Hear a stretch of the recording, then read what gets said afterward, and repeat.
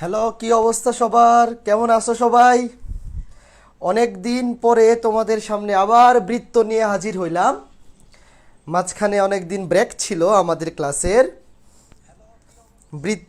বৃত্ত চ্যাপ্টারের উপর আমি 3টা ক্লাস নিয়েছিলাম, লেকচার 1, 2, 3 3টা ক্লাস। আজকে হচ্ছে আমাদের লেকচার 4, বৃত্ত অধ্যায়ের আজকে লেকচার 4। প্রথম লেকচারে আমরা একদম বৃত্তের বেসিক আলোচনাগুলো দেখছিলাম। দ্বিতীয় লেকচারেও কিছু বেসিক জিনিস ছিল, এবং তৃতীয় লেকচারে আমরা মেইনলি 4.1-এর উপর টাইপ ভিত্তিক ম্যাথ করছিলাম। তো 4.1-এর সকল টাইপের ম্যাথ কিন্তু লেকচার 3-তে কভার হয় নাই। আজকের লেকচারে 4.1-এর সকল টাইপের ম্যাথ কভার করে দিব, এবং আগামী 2 লেকচারে মানে লেকচার 5 এবং লেকচার 6-এ 4.2 কভার হবে। 4.2 খুবই ছোট, মানে 4.1-এর তুলনায় 4.2-এ টাইপ খুবই কম আছে। 4.1-এ যদি 5টা বা 6টা টাইপ থাকে টোটাল, 4.2-এ সবগুলা ঘুরে ফিরে 2টা বা 3টা টাইপের মধ্যেই পড়ে যায়। তো বৃত্ত অধ্যায়টা পড়াইতে আমাদের টোটাল 6টা লেকচার লাগবে। আজকে হচ্ছে আমাদের 4 নাম্বার লেকচার। আজকে আমাদের 4.1 শেষ হবে, এবং লেকচার 5 এবং লেকচার 6 ওই 2টা ক্লাসে আমরা লেকচার 4.2 কমপ্লিট করে ফেলবো। তো 6টা ক্লাসে আমরা পুরা বৃত্ত অধ্যায়টা পড়ব, এবং একটা ক্লাস নিব বৃত্তের সৃজনশীলের উপর। 7 নাম্বার ক্লাসটাতে হয়তো কয়েকটা সৃজনশীল টাইপ নিয়ে আলোচনা থাকবে। তো এখন থেকে কিন্তু আমি সপ্তাহে প্রতিদিনই ক্লাস নেব। প্রতিদিন বলতে আমাদের উইকলি ম্যাথের হায়ার ম্যাথের যে 4টা স্লট, বৃহস্পতি, মঙ্গল, বুধ, বৃহস্পতি, শুক্র, আগামী 2-1 সপ্তাহ হয়তো প্রতিদিন আমার সাথেই তোমাদের দেখা হবে। মঙ্গল, বুধ, বৃহস্পতি, শুক্র, এই 4 দিন সপ্তাহে। বৃত্ত অধ্যায়টা এই উইকের মধ্যেই শেষ হয়ে যাবে। মানে আজকে তো বুধবার, বৃহস্পতি এবং শুক্রবারে হচ্ছে 5 নাম্বার এবং 6 নাম্বার ক্লাস। তো সৃজনশীল ক্লাসটা হয়তো আগামী সপ্তাহের মঙ্গলবারে থাকবে। তারপর আগামী সপ্তাহের বুধবার থেকেই নতুন অধ্যায় শুরু হবে, এবং হোপফুলি আমার সাথেই নতুন অধ্যায়টা শুরু হবে। আমি এখনো শিওর না কোন অধ্যায়টা শুরু হবে, আমাকে সাজনদা বলবেন। তবে এটা শিওর, নেক্সট ক্লাসটাও আমিই নিচ্ছি, মানে নেক্সট উইক থেকেও নেক্সট চ্যাপ্টারটাও তোমরা আমার সাথেই পড়তে পারবা। তো তোমরা যারা যারা চলে আসছো একটু কমেন্ট করে বলো তোমরা কেমন আছো। অনেক দিন পরে বৃত্ত পড়াইতে আসছি, তো বৃত্ত অধ্যায়ের বেসিক জিনিসগুলো কি তোমরা মনে আছে নাকি ভুলে গেছো? দেখো, আমি বৃত্তের আগের যে ক্লাসগুলো নিছি এবং সরলরেখা অধ্যায়েও আমি যে ক্লাসগুলো নিছি সবগুলার আমি সিরিয়াল করে একটা পোস্টে দিয়ে রাখছি, এবং সেই পোস্টের লিঙ্কটা আমি এই লাইভের ক্যাপশনে দিয়ে রাখছি। তোমরা যারা বৃত্তের আগের ক্লাসগুলো করো নাই, লেকচার 1, 2, 3, এই লাইভের ক্যাপশনে দেওয়া লিঙ্ক থেকে সিরিয়াল ওয়াইজ ক্লাসগুলো করে আসতে পারো। কারণ আজকে ক্লাসটা কিন্তু টাইপ ভিত্তিক ম্যাথ করব। আমরা সকল টপিক এবং সকল বেসিক জিনিস পড়ে ফেলছি। তো সকল বেসিক জিনিস বা থিওরিগুলো জানা না থাকলে কিন্তু ম্যাথ তোমার বুঝতে স্বাভাবিকভাবেই অসুবিধা হবে। ঠিক আছে, আমি মাঝখানে একটু অসুস্থ হয়ে গেছিলাম, সিজন চেঞ্জ হচ্ছে তো একটু ঠান্ডা লেগে গেছে। তো গলাটা কয়েকদিন যাবত একটু বসে আছে, মানে ঠান্ডার কারণে সর্দি লেগে গেছে, এই জন্য গলাটা একটু বসা, খুব বেশি ভালো কথা বলতে পারি না। বাট চেষ্টা করবো যতটুকু ভালোভাবে আজকের অধ্যায়টা পড়ান। মানে বৃত্ত অধ্যায়টা তো খুবই সহজ এবং খুবই সুন্দর একটা অধ্যায়।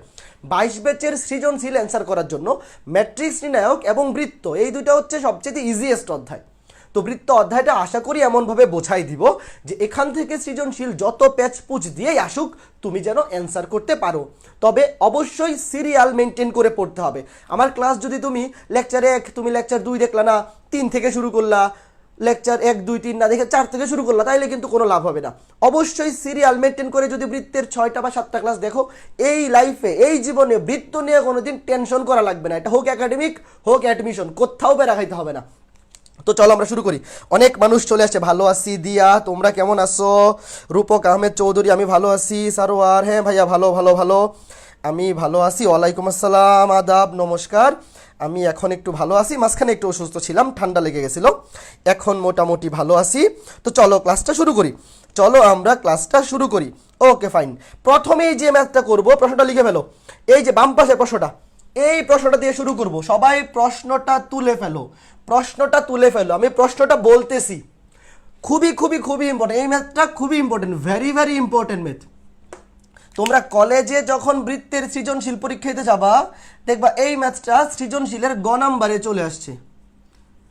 এই ম্যাথটা সৃজনশীলের গ নাম্বারে চলে আসছে। প্রশ্নটা দেখো, বলছে 1/2 √10 একক ব্যাসার্ধ বিশিষ্ট একটি বৃত্ত 1/2√10 ব্যাসার্ধ বিশিষ্ট একটি বৃত্ত। একটা বৃত্তের ব্যাসার্ধ কত? একটা বৃত্তের ব্যাসার্ধ দেয়া আছে, ব্যাসার্ধ হচ্ছে 1/2√10 একক। 1/2√10 একক। এই যে একটা বৃত্তের ব্যাসার্ধ 1/2√10 একক। একটি বৃত্ত 1,1 বিন্দু দিয়ে যায়। দেখো আমি এখানে টুক করে লিখে রাখি, 1,1 বিন্দু দিয়ে যায় এবং এর কেন্দ্র এই রেখার উপর অবস্থিত। এই বৃত্তের কেন্দ্র y-3x। দেখো আমি এই পাশে লিখি, 1,1 বিন্দু দিয়ে যায়, 1,1 বিন্দুগামী এবং কেন্দ্র y = 3x - 7 রেখার উপর অবস্থিত। y = 3x - 7 এই রেখার উপর অবস্থিত। এখন একটা জিনিস দেখো, তোমাকে বলছে বৃত্তের সমীকরণ নির্ণয় করো, বলছে বৃত্তটির সমীকরণ নির্ণয় করো। দেখো কি কি দেওয়া আছে প্রশ্নে, বলা আছে বৃত্তের ব্যাসার্ধ 1/2√10, মানে তোমাকে বৃত্তের ব্যাসার্ধ দিয়ে দিছে। বলা আছে বৃত্তটি 1,1 বিন্দু দিয়ে যায় এবং এই বৃত্তের কেন্দ্র y = 3x - 7 এই রেখার উপর অবস্থিত। এখন দেখো একটা বৃত্তের সমীকরণ জানার জন্য বা একটা বৃত্তের সমীকরণ যদি তুমি বের করতে চাও, তোমার কি কি লাগবে বলো তো? একটা বৃত্তের সমীকরণ যদি তুমি বের করতে চাও, তোমার কি কি লাগবে? তোমার প্রয়োজন হবে কেন্দ্র এবং ব্যাসার্ধ, আর কিছু কিন্তু প্রয়োজন নাই। তোমার প্রয়োজন হবে শুধুমাত্র কেন্দ্র এবং ব্যাসার্ধ, এই দুইটা জিনিস জানলে অন্য কোনো কিছু লাগে না। তো এখানে ব্যাসার্ধ দেওয়া আছে, তো আমি যদি ধরি এই বৃত্তের কেন্দ্র h, কে আমরা তো নর্মালি h, কেই ধরি। তুমি a, b ধরলেও কোনো অসুবিধা নাই, বাট আমরা নর্মালি h, কে ধরেই অভ্যস্ত। তো একটা বৃত্তের ব্যাসার্ধ দেওয়া আছে, আমি যদি তার কেন্দ্রটা জেনে যাই বা কেন্দ্রটা বের করে ফেলতে পারি, তাহলে তো কোনো প্যারাই নাই, ডিরেক্ট সমীকরণ x - h² + y - k² = ব্যাসার্ধ স্কয়ার। তাইলে এই বৃত্তের সমীকরণ কি হবে লিখবা। সুতরাং বৃত্তটির সমীকরণ হবে x - h² + y - k² = ব্যাসার্ধ স্কয়ার √10/2 হোল স্কয়ার। দেখো বৃত্তের সমীকরণ কি হবে? x - h² + y - k² = ব্যাসার্ধ স্কয়ার √2/10 হোল স্কয়ার। এখন খেয়াল করে দেখো, এই √2/10 √10/2 কে স্কয়ার করলে হয় 10, 2 কে স্কয়ার করলে 4, 10/4 কাটাকাটি করলে 2 দিয়ে কাটাকাটি করলে হয় 5/4, 2 দিয়ে কাটাকাটি করলে হবে 5/2, এখানে হবে 10/4, 2 দিয়ে কাটাকাটি করে দিয়েছি 5/2। এখন খেয়াল করে দেখো, এই যে বৃত্তের সমীকরণটা পাইলাম, আমরা ধরে নিলাম কেন্দ্র হচ্ছে h, k। এখন এখান থেকে তো h এবং k এর ভ্যালুটা বের করতে হবে, তাইলেই তো কাজ শেষ। এখন কথা হচ্ছে, প্রশ্নে বলা আছে এই সমীকরণটি কোন বিন্দুগামী? 1,1 বিন্দুগামী। এই যে বৃত্তের সমীকরণটি, এই বৃত্তটি অবশ্যই কোন বিন্দুগামী? 1,1 বিন্দুগামী অবশ্যই। তাইলে আমি কি করতে পারি? তাইলে আমি যেটা করতে পারি সেটা হচ্ছে x এর জায়গায় বসাইতে পারি এই বিন্দুর ভুজ মানে 1, y এর জায়গায় বসাইতে পারি এই বিন্দুর কোটি অর্থাৎ 1, দুইটাই তো 1। যেহেতু এই বৃত্তটি 1,1 বিন্দু দিয়ে যায়, সুতরাং আমি x এর জায়গায় বসাই দিই 1, y এর জায়গায়ও বসাই দিই 1, x এর জায়গায় বসাই দিব 1, y এর জায়গায় বসাই দিব 1 = 5/2। খেয়াল করে দেখো, এখন যদি আমি এটাকে স্কয়ার করে দেই, 1 - 2h + h² + 1 - 2k + k² = 5/2। এটা এইভাবে এতটুক থাকুক, পরে আমরা কাজ করতেছি, এটা এইভাবেই থাকুক, কোনো কিছু চেঞ্জ করার দরকার নাই। অথবা তুমি চাইলে এখানে এই 1 আর এই 1 যোগ করে 2 লিখতে পারো, কোনো সমস্যা নাই। দুইটা 1 যোগ করে তুমি 2 লিখতে পারো, কোনো অসুবিধা নাই। অথবা যদি এইভাবেও রেখে দাও, just a minute, 1 minute, sorry.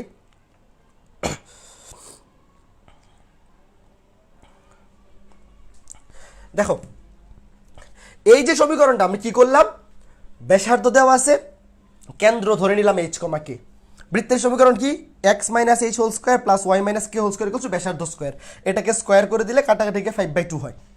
প্রশ্নে বলা আছে এই বৃত্তটি 1,1 বিন্দু দিয়ে যায়, তো আমরা এই বৃত্তের সমীকরণে x এর জায়গায় এই বিন্দুর ভুজ, y এর জায়গায় এই বিন্দুর কোটি বসায় দিতে পারি, কোনো অসুবিধা নাই এখানে।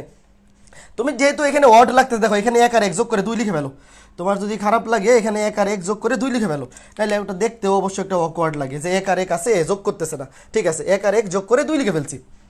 এখন খেয়াল করে দেখো, এই যে সমীকরণটা, এই সমীকরণটাতে চলক কয়টা? চলক হচ্ছে 2টা, একটা হচ্ছে এইচ আর একটা হচ্ছে কে। মানে চলক বলতে আমার ভ্যালু বের করতে হবে কার? ভ্যালু বের করতে হবে এইচ এর এবং কে এর। তো একটা সমীকরণ থেকে ধরলাম এটা 1 নম্বর সমীকরণ, অথবা আগেরটাকে তুমি যদি 1 নাম্বার ধরো, এটাকে 2 নাম্বার ধরতে পারো, কোনো অসুবিধা নাই। আমি উপরে 2টা মুছে দিচ্ছি। দেখো এই যে সমীকরণটা পাইলাম, এটাকে আমি ধরলাম 1 নাম্বার সমীকরণ। এখন এই সমীকরণ থেকে আমার ভ্যালু বের করতে হবে কার কার? ভ্যালু বের করতে হবে এইচ এর এবং কে এর। এইচ এর ভ্যালু দরকার, কে এর ভ্যালু দরকার।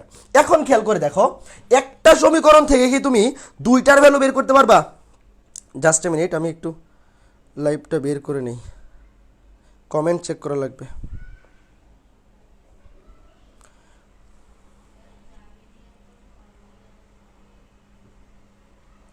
হ্যাঁ দেখো, এই যে সমীকরণটা, এই সমীকরণটা সলভ করে আমার কার কার ভ্যালু বের করতে হবে?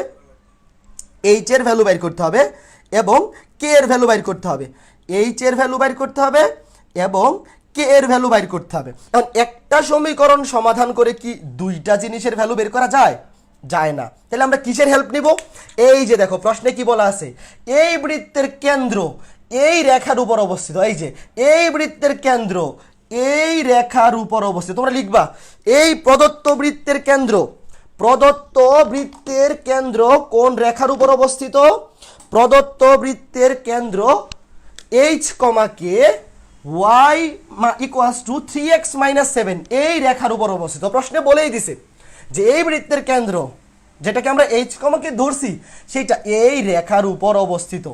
অতএব আমরা কি করতে পারি, এই বিন্দুটা যেহেতু এই রেখার উপর অবস্থিত, সুতরাং এই রেখার y এর জায়গায় বসাইতে পারি এই বিন্দুর কোটি। ভালো করে বুঝো, x এর জায়গায় বসবে ভুজ, y এর জায়গায় কোটি। তাহলে y এর জায়গায় বসবে কে, y এর জায়গায় বসবে কে, আর h এর জায়গায় বসবে x, সরি x এর জায়গায় বসবে h। k equals to 3h - 7, k equals to 3h - 7। এই যে দেখো কাজ শেষ। একটা সমীকরণ, 2টা সমীকরণ, কাজ শেষ। সিম্পল, খুবই সিম্পল। তুমি আগে বিষয়টা বোঝো। ব্যাসার্ধ দেওয়া আছে, কেন্দ্র বের করতে হবে।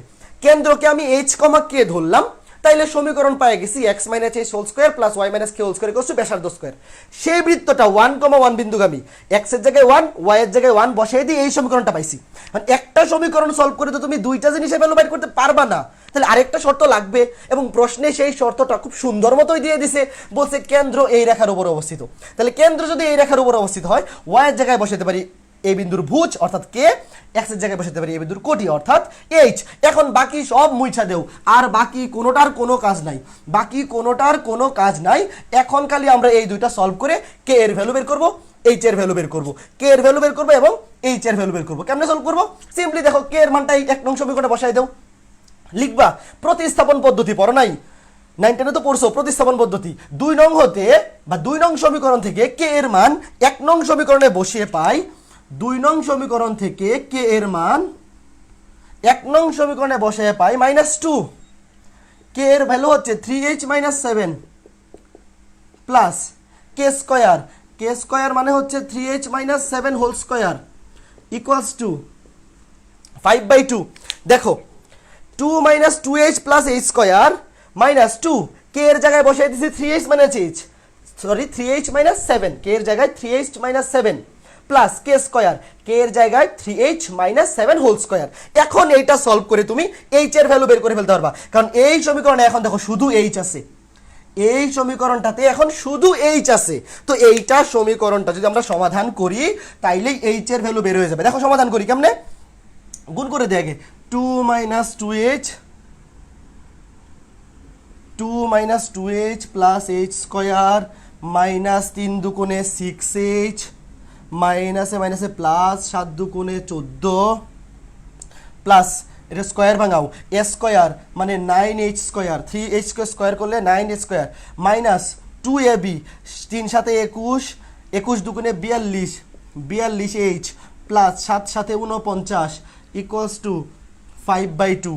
এখান থেকে দেখো কি আসে, এখান থেকে কি আসে 49। আচ্ছা আগে দেখি h স্কয়ারগুলো লিখি, 9h স্কয়ার আর h square 10h square, 10h square. এইখানে আছে -2h -6h -8h, 42 থেকে 8h চলে গেলে কত থাকবে, নাকি আর কি কি আছে, আর কোথায় আছে, -2h -6h -8h, আর এখানে আছে 32 40, এই এটা তো মাইনাস, তাইলে -8 -42 মানে -50 -50h, আর এখানে থাকতেছে 2 আর 14 16, 16 আর 49, আমার ক্যালকুলেটর কোথায়, ক্যালকুলেটর লাগবে, ওয়েট, 2 14 16 16 প্লাস 49 -5/2,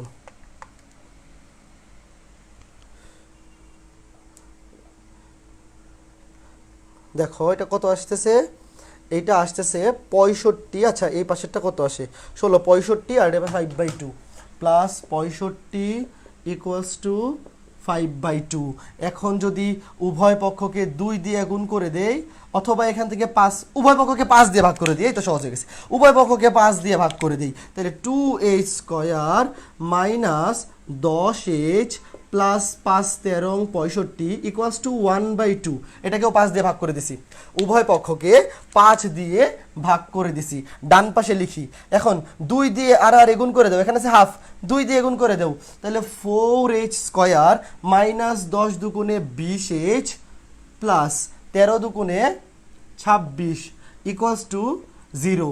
এখন এখান থেকে ক্যালকুলেশন করে ফেলো, এখন এই 13 দুগুণে 26 মাইনাস 1 25, দেখতেরি আমিও তো পাগল হয়ে গেছি, 26 এখান থেকে 1 বিয়োগ হবে, আচ্ছা এইভাবে লেখা যায় যে 26 ইকুয়ালস টু 1, ডান পাশে তো 1 থাকবে, এই যে 2 দিয়ে আর গুণন করে দিছি, এটা হয়ে গেছে 4, এটা হয়ে গেছে 20, এটা হয়ে গেছে 13 দুগুণে 26, ডান পাশে তো 1 থাকবে, পরে 26 থেকে 1 মাইনাস করে দিলে হয়ে যাবে 25, 26 থেকে 1 মাইনাস করে দিলে হয়ে যাবে প্লাস 25 ইকুয়ালস টু 0।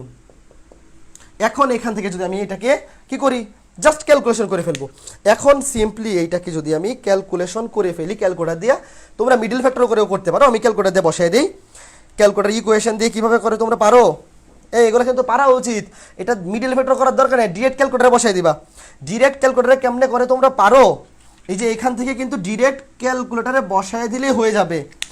যারা পারো না তোমরা একটা কাজ করবা, ইউটিউবে সার্চ দিবা ক্যালকুলেটরের সাহায্যে দ্বিঘাত সমীকরণ সমাধান, তাইলেই চলে আসবে, ক্যালকুলেটরের সাহায্যে দ্বিঘাত সমীকরণ সমাধান, 4 -20 25 5/2, এই যে দেখো এইচ এর ভ্যালু চলে আসছে 5/2, এইচ এর ভ্যালু চলে আসছে 5/2, তোমাদের কি আসছে, এইচ এর ভ্যালু 5/2 আসছে, এইচ এর ভ্যালু 5/2 আসছে। এখন দেখো এইচ এর ভ্যালু 5/2 চলে আসছে, সিম্পলি ক্যালকুলেটর দিয়ে বসাই দিছি, এখন এই এইচ এর ভ্যালুটা যদি এইখানে বসাই দেই, তাহলে কে এর ভ্যালু চলে আসবে 3 ইন্টু এইচ এর মান হচ্ছে 5/2 মাইনাস 7, 3 ইন্টু 5/2 মাইনাস 7, তাইলে 3 ইন্টু 5/2 মাইনাস 7 1/2, কে এর ভ্যালু আসছে 1/2, এই যে দেখো কাজ শেষ, কত সুন্দর করে কাজ শেষ হয়ে গেছে,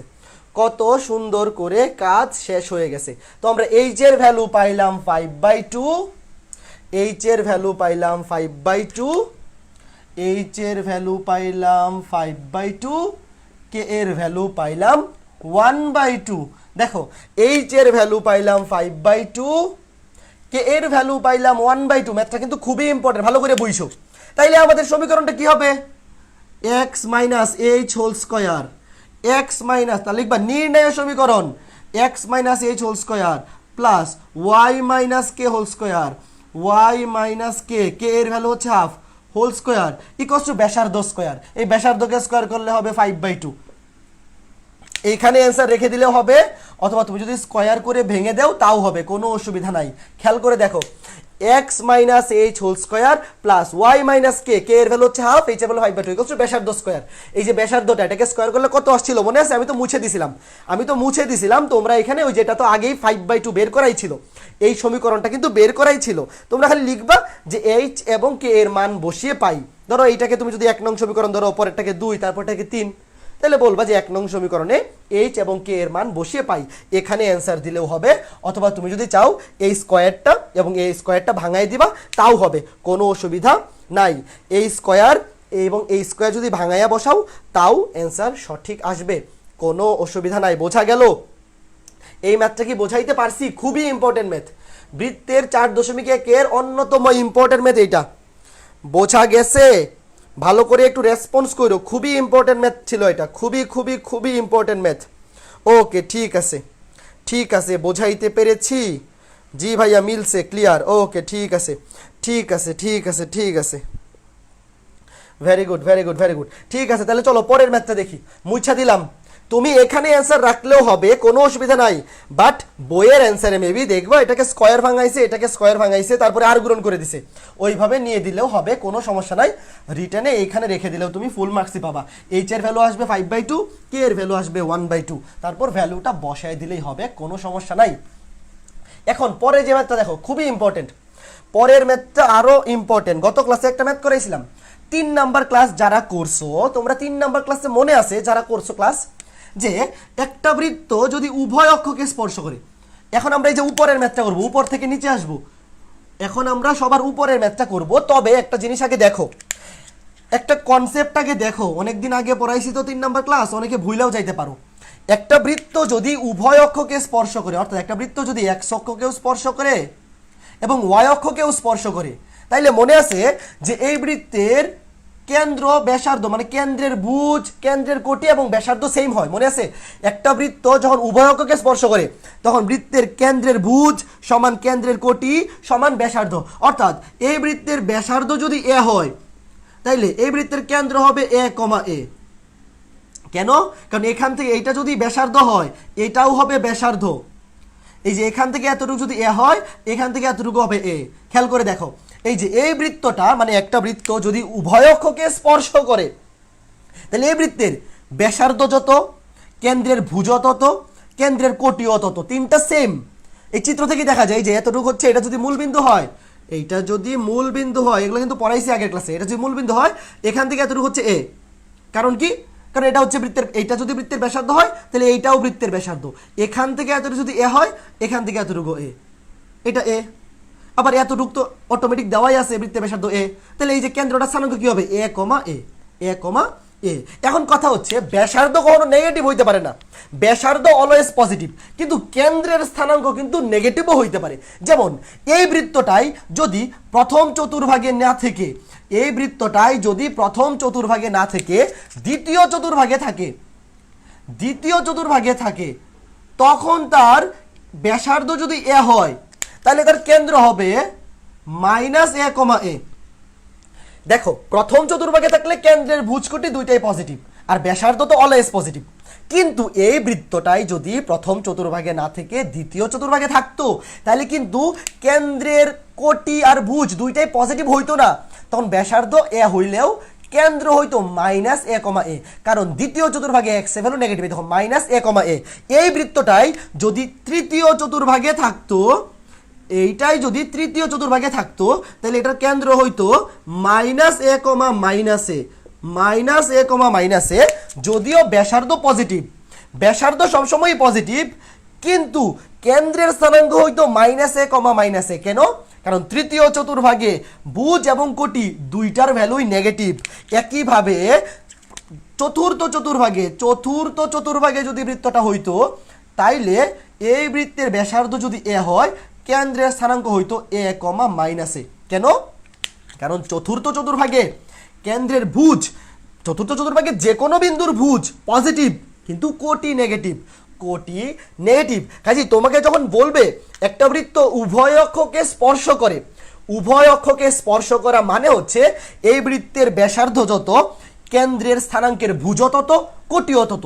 তবে ভুজ এবং কোটি পজিটিভ হইতে পারে, নেগেটিভ হইতে পারে, কিন্তু ব্যাসার্ধ কখনো নেগেটিভ হইতে পারে না। আশা করি বোঝাইতে পেরেছি। এখন প্রশ্নটা পড়ো, এখন সবার উপরের প্রশ্নটা পড়ো। প্রশ্নটাতে কি বলা হয়েছে? প্রশ্নটাতে বলা হয়েছে √5 ব্যাসার্ধ বিশিষ্ট, √5 ব্যাসার্ধ বিশিষ্ট। খেয়াল করে দেখো, √5, এই বাম পাশে কি দেখা যায় না? আচ্ছা, বাম পাশে মনে হয় একটু দেখা যাচ্ছে না, আচ্ছা বুঝতে পারবা বাম পাশে কি দেখা যায় না? হ্যাঁ মোটামুটি দেখা যায়। এটা মাইনাসে, এই বিন্দুটা হচ্ছে মাইনাসে কমা মাইনাসে, আর এটা হবে এ কমা মাইনাসে। ঠিক আছে, বোঝা যাওয়ার কথা। এখন প্রশ্নটা পড়ো, উপরের প্রশ্নটা পড়ো এবং খাতায় তোলো। আমি এইখানে গত ক্লাসে প্রথম চতুর্ভাগের একটা উদাহরণ দিছি, আজকে ক্লাসে দ্বিতীয় চতুর্ভাগের উদাহরণ দিব, বাট পরীক্ষায় তৃতীয় চতুর্ভাগ থেকেও আসতে পারে, চতুর্থ চতুর্ভাগ যে কোনোটাই আসতে পারে। প্রশ্ন বলছে √5 ব্যাসার্ধ বিশিষ্ট একটি বৃত্তের সমীকরণ নির্ণয় করো যার কেন্দ্র দ্বিতীয় চতুর্ভাগে অবস্থিত। বৃত্তের কেন্দ্র কোন চতুর্ভাগে অবস্থিত? দ্বিতীয় চতুর্ভাগে অবস্থিত, অর্থাৎ এই চতুর্ভাগে অবস্থিত, এই যে দ্বিতীয় চতুর্ভাগ, এইটাতে দ্বিতীয় চতুর্ভাগে অবস্থিত, এবং যা উভয় অক্ষকে স্পর্শ করে। বৃত্তটা উভয় অক্ষকে স্পর্শ করে। অবশ্যই চিত্র আঁকাবা, পরীক্ষায় অবশ্যই চিত্র আঁকাবা। দেখো একটা বৃত্ত যার কেন্দ্র দ্বিতীয় চতুর্ভাগে অবস্থিত এবং উভয় অক্ষকে স্পর্শ করে, ব্যাসার্ধ হচ্ছে √5। ধরো এই যে এতটুকু হচ্ছে √5, তাহলে এতটুকু হবে √5, কারণ দুইটাই বৃত্তের ব্যাসার্ধ। এখান থেকে এইখানে লম্ব যোগ করলে, এই স্পর্শবিন্দুটা যোগ করলে এটাও বৃত্তের ব্যাসার্ধ, এবং কেন্দ্র থেকে পরিধির এইখানে এই বিন্দু, যে কোনো বিন্দু দূরত্বই পরিধির, কেন্দ্র থেকে পরিধির যে কোনো বিন্দু দূরত্বই ব্যাসার্ধের সমান। তো এটা √5 হলে এটা √5, তাহলে কেন্দ্রটা স্থানাঙ্ক কি হবে? কেন্দ্রটা স্থানাঙ্ক কিন্তু হবে -√5, +√5।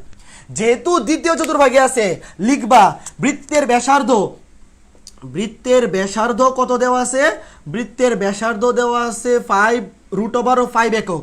এরপরে লিখবা যেহেতু বৃত্তটি দ্বিতীয় চতুর্ভাগে অবস্থিত, এবং বা যেহেতু বৃত্তের কেন্দ্র দ্বিতীয় চতুর্ভাগে অবস্থিত এবং বৃত্তটি উভয় অক্ষকে স্পর্শ করে।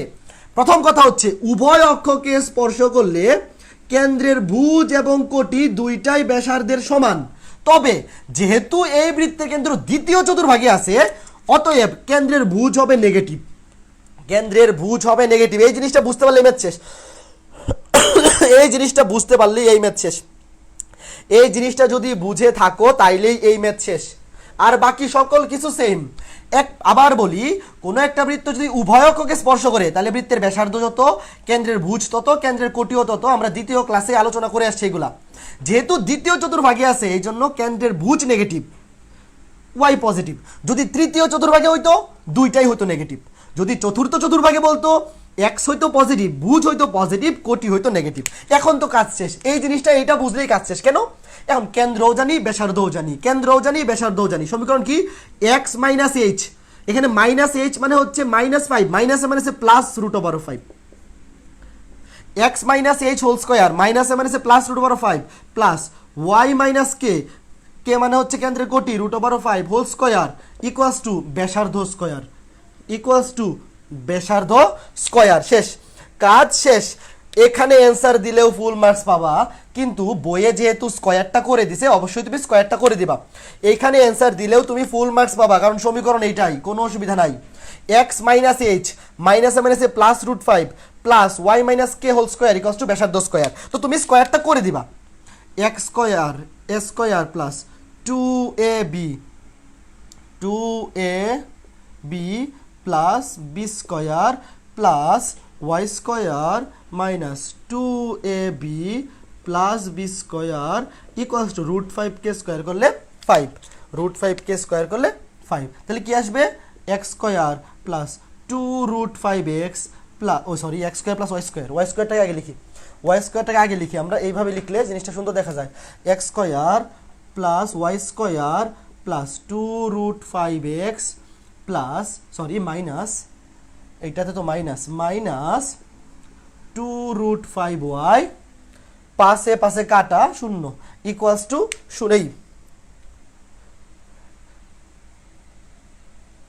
এই নে ওয়াই স্কোয়ার করতে আসছে, এটা তো 5। ধ্যাত্তেরি, কি যে উল্টাপাল্টা লিখতেছি। এই তোমরা ঠিক করে লিখো, এইটা তো হবে 5 a square minus 2ab plus b square √5 square 5।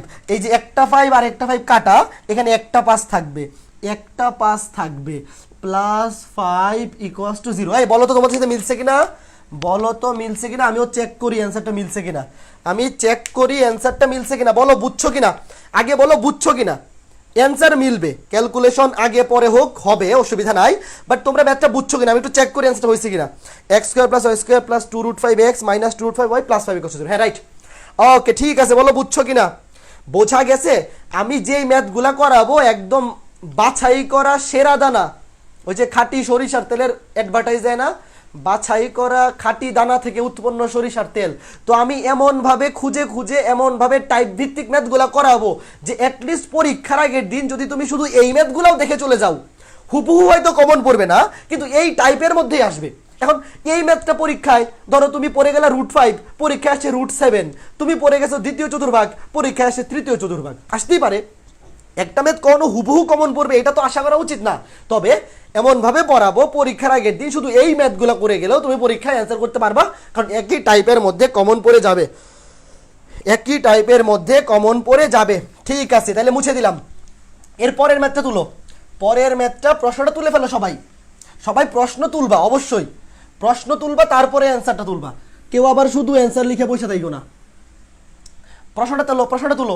বলছে x=0, সবাই প্রশ্নটা তুলে ফেলো, প্রশ্নটা তুলে ফেলো, প্রশ্নটা তুলে ফেলো, জলদি করে প্রশ্নটা তুলে ফেলো। বলছে x=0, y=0, x=0, y=0 এবং x=a, রেখা তিনটিকে, এটা কিন্তু তিনটা রেখার সমীকরণ, রেখা তিনটিকে স্পর্শ করে, এই তিনটা রেখাকে স্পর্শ করে এই রকম বৃত্তের সমীকরণ নির্ণয় করতে হবে। ভালো করে বুঝছো, তোমাকে তিনটা রেখার সমীকরণ দিয়ে দিছে, দিয়ে বলছে এই তিনটা রেখাকে স্পর্শ করে এমন বৃত্তের সমীকরণ বের করো। তাহলে এইটা বুঝতে হলে অবশ্যই তোমাকে সরল রেখা অধ্যায়ে পড়ে আসতে হবে, কারণ এই যে x=0 এটা একটা সরল রেখা, y=0 এটা একটা সরল রেখা, x=a এটা একটা সরল রেখা। এই সরল রেখা তিনটা তো আগে চিনতে হবে, তুমি যদি এই সরল রেখাই না চিনো তাহলে এদেরকে স্পর্শ করে এমন বৃত্ত কেমনে বের করবা?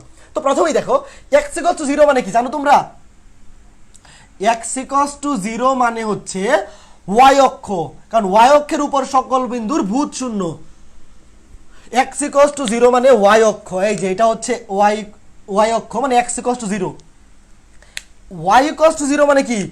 y=0 মানে হচ্ছে x অক্ষ রেখা, ধরলাম এটা মূল বিন্দু, এইটা মূল বিন্দু 0,0।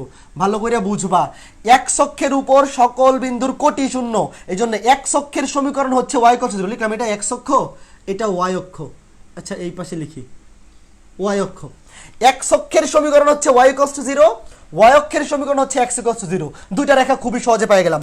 আর x=a, এটা কেমন রেখা? x=a এটা হচ্ছে y অক্ষের সমান্তরাল রেখা, y অক্ষের সমান্তরাল রেখার সমীকরণ, সমান্তরাল রেখার সমীকরণ সরল রেখা অধ্যায়ে পড়ে আসছো, যেটা x অক্ষকে a, 0 বিন্দুতে ছেদ করে। x=a হচ্ছে y অক্ষের সমান্তরাল একটা রেখা, এই যে ধরো y অক্ষের সমান্তরাল একটা রেখা x=a, x=a y অক্ষের সমান্তরাল একটা রেখা, যেই রেখাটা x অক্ষকে কোন বিন্দুতে ছেদ করবে? x এর ভ্যালু হচ্ছে a, আর x অক্ষের উপর y এর ভ্যালু তো 0, a, 0। খেয়াল করে দেখো, x অক্ষের উপর সকল বিন্দুর কোটি শূন্য, তাহলে এই রেখাটা x অক্ষকে কোন বিন্দুতে ছেদ করবে? x এর ভ্যালু a, y এর ভ্যালু 0, অর্থাৎ a, 0। এই রেখাটা ধরলাম এটা হচ্ছে y অক্ষ, আর এইটা হচ্ছে রেখাটা, এই রেখাটা বেঁকে গেছে, ধরো এই যে এটা বেঁকেই গেছে। এই তোমরা সোজা করে আইকো, তোমরা সোজা করে আইকো, নাকি এটা একটু সোজা করে আঁকবো? দাঁড়াও, খারাপ দেখা যাইতেছে, খারাপ দেখা যায়, একটু সোজা করে আঁকি। হ্যাঁ হয়েছে, যতটুকু হয়েছে। দেখো এই বিন্দুটা ধরলাম a, 0। এখন ভালো করে বুঝছো, তিনটা রেখা আমার আঁকানো শেষ, তিনটা রেখা আঁকানো শেষ। এটা এই যে এটা হচ্ছে x=a রেখা, x অক্ষ নিজে হচ্ছে y=0, আর y অক্ষের সমীকরণ হচ্ছে x=0। এই তিনটা রেখাকে স্পর্শ করে, এই রেখাকে, এই রেখাকে, এই রেখাকে, এই যে এই রেখা, এই রেখা, এই রেখা, এই তিনটা রেখাকে স্পর্শ করে এই রকম বৃত্তের সমীকরণ বের করতে হবে। এখন একটা জিনিস খেয়াল করে দেখো, এইখানে বৃত্ত কয়টা হইতে পারে? বৃত্ত হইতে পারে দুইটা, একটা হইতে পারে এই দিকে, আর একটা হইতে পারে এই দিকে, নিচের দিকেও তো হইতে পারে। আরে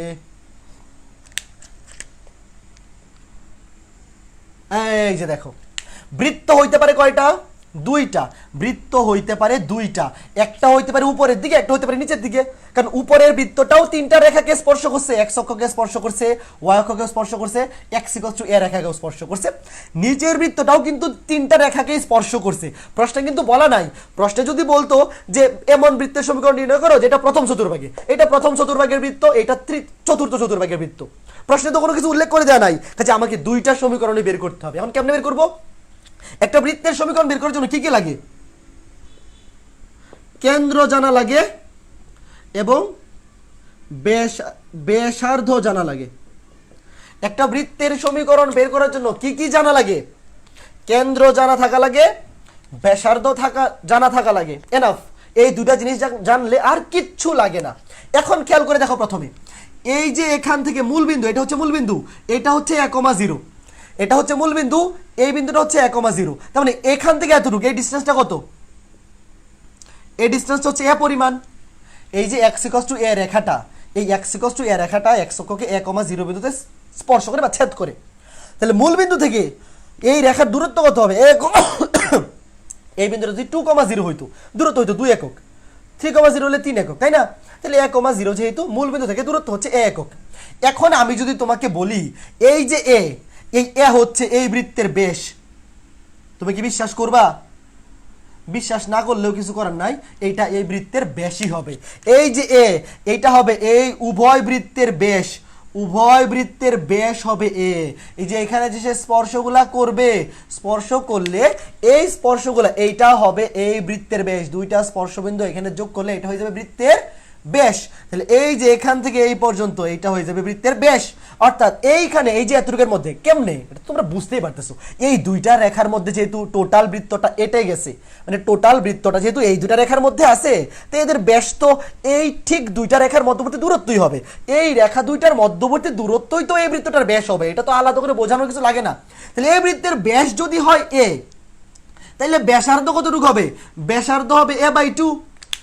চিত্রগুলো আঁকাবা, এই ম্যাথের চিত্র আঁকাইলে ডিরেক্ট অ্যান্সার লিখে ফেলা যাবে। এই বৃত্তের ব্যাস যদি হয় এ, তাহলে ব্যাসার্ধ হবে a/2। এই বৃত্তের ব্যাসও যদি হয় এ, তাহলে ব্যাসার্ধ হবে কত? ব্যাসার্ধ হবে a/2। খেয়াল করে দেখো, আমি এই যে ব্যাস মুছা দিতেছি, ব্যাস আমি মুছা দিতেছি, এইটা হচ্ছে কেন্দ্র। খেয়াল করে দেখো, এই বৃত্তের ব্যাস এখানে এ, এই যে তুমি ডিরেক্ট লিখতে পারো যে এই বৃত্তের ব্যাস হবে এ। তাহলে এই বৃত্তের ব্যাস যদি এ হয়, তাহলে এই বৃত্তের ব্যাসার্ধ হবে a/2। যে এখান থেকে কেন্দ্র থেকে এই পর্যন্ত এটা হবে a/2, আর এটার বেলায়ও কেন্দ্র থেকে এই পর্যন্ত এটা হবে a/2। এখন খেয়াল করে দেখো, এই বৃত্ত দুইটা উভয় অক্ষকে স্পর্শ করছে না? ভালো করে বুঝছো, এই যে বৃত্ত দুইটা তিনটা রেখাকে স্পর্শ করছে।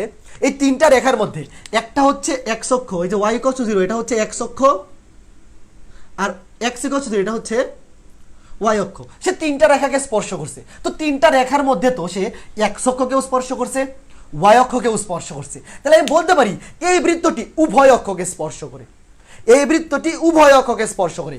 এই বৃত্তের ব্যাস হচ্ছে এ, ব্যাসার্ধ হচ্ছে a/2। চিত্র থেকেই দেখতে পারতেছি, এক্সট্রা কিছু না লিখলেও চলবে। এরপরে লিখবা যেহেতু বৃত্তটি উভয় অক্ষকে স্পর্শ করে, তাইলে বৃত্তের ব্যাসার্ধ, এই বৃত্তটার ব্যাসার্ধ হবে, সরি, এই বৃত্তটার কেন্দ্র হবে a/2, a/2। কেন? একটা বৃত্ত উভয় অক্ষকে স্পর্শ করলে কেন্দ্রের ভুজ এবং কোটি বৃত্তের ব্যাসার্ধের সমান, কেন্দ্রের ভুজ এবং কোটি বৃত্তের ব্যাসার্ধের সমান। এবং যেহেতু এই কেন্দ্রটা প্রথম চতুর্ভাগে আছে, প্রথম চতুর্ভাগে দুইটাই পজিটিভ, প্রথম চতুর্ভাগে কেন্দ্রের ভুজ কোটি দুইটাই পজিটিভ। কিন্তু নিচের বৃত্তটা কোন চতুর্ভাগে আছে? নিচের বৃত্তটা আছে চতুর্থ চতুর্ভাগে। চতুর্থ চতুর্ভাগে ভুজ হয় পজিটিভ, এক্স এর ভ্যালু পজিটিভ a/2, এক্স এর ভ্যালু পজিটিভ a/2, কিন্তু ওয়াই এর ভ্যালু কিন্তু নেগেটিভ -a/2। দেখো, এই যে এই চিত্রটা যদি পরীক্ষার খাতায় আঁকা থাকে, তোমার কিচ্ছু লিখতে হবে না, তুমি ডিরেক্ট অ্যান্সার লিখে ফেলতে পারবা। তুমি খালি লিখবা এখানে বৃত্তের ব্যাস এ, সুতরাং ব্যাসার্ধ হবে a/2। আমরা জানি কোনো বৃত্ত উভয় অক্ষকে স্পর্শ করলে বৃত্তের ব্যাসার্ধ এবং কেন্দ্রের ভুজ কোটি কি হয়? সমান হয়। বা এভাবে বলতে পারো কেন্দ্রের ভুজ এবং কোটি ব্যাসার্ধের সমান হয়। তাইলে প্রথম চতুর্ভাগে অবস্থিত বিন্দুর বেলায় কেন্দ্রের ভুজ কোটি বা কেন্দ্রের স্থানাঙ্ক হবে a/2, a/2, দুইটাই পজিটিভ। এবং চতুর্থ চতুর্ভাগে অবস্থিত বৃত্তের বেলায় কেন্দ্রের স্থানাঙ্ক হবে a/2, -a/2। তাইলে এই দুইটা বৃত্তের কেন্দ্র আলটিমেটলি কি হচ্ছে?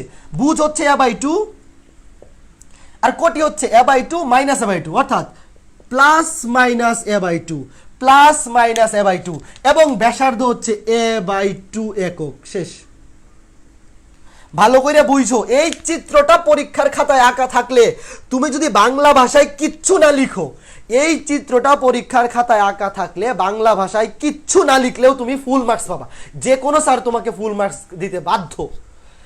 ব্যাসার্ধ হচ্ছে a বাই টু একক, কেন্দ্রের স্থানাঙ্ক হবে ভুজ দুইটারই পজিটিভ a বাই টু, কোটি একটা হচ্ছে a বাই টু, একটা মাইনাস a বাই টু, অর্থাৎ plus minus a by two. আমরা কেন্দ্র পেয়ে গেছি, ব্যাসার্ধ পেয়ে গেছি। ভালো করে বুঝো, চিত্রটা যদি ভালো করে বুঝো ওই সারা জীবনে ম্যাথ ভুলবা না। তাহলে এই বৃত্তের সমীকরণ হবে এক্স মাইনাস এইচ, এইচ মানে হচ্ছে কেন্দ্রের ভুজ, X minus a by two whole square plus Y minus K, Y minus K, K মানে হচ্ছে কেন্দ্রের কোটি, তো মাইনাস, এখানে তো প্লাস মাইনাস আছে, তো প্লাস মাইনাসে হয়ে যাবে plus minus a by two whole square equals to ব্যাসার্ধ স্কোয়ার, ইকুয়ালস টু ব্যাসার্ধ স্কোয়ার। তুমি যদি চাও এখানে অ্যান্সার রেখে দিলেও ফুল মার্কস পাবা, এখানে অ্যান্সার রেখে দিলেও ফুল মার্কস পাবা, তবে স্কোয়ারটা ভাঙাই দিতে হবে, তাইলে বেটার। স্কোয়ারটা ভাঙাই দিলে বইয়ের অ্যান্সারের সাথে মিলবে।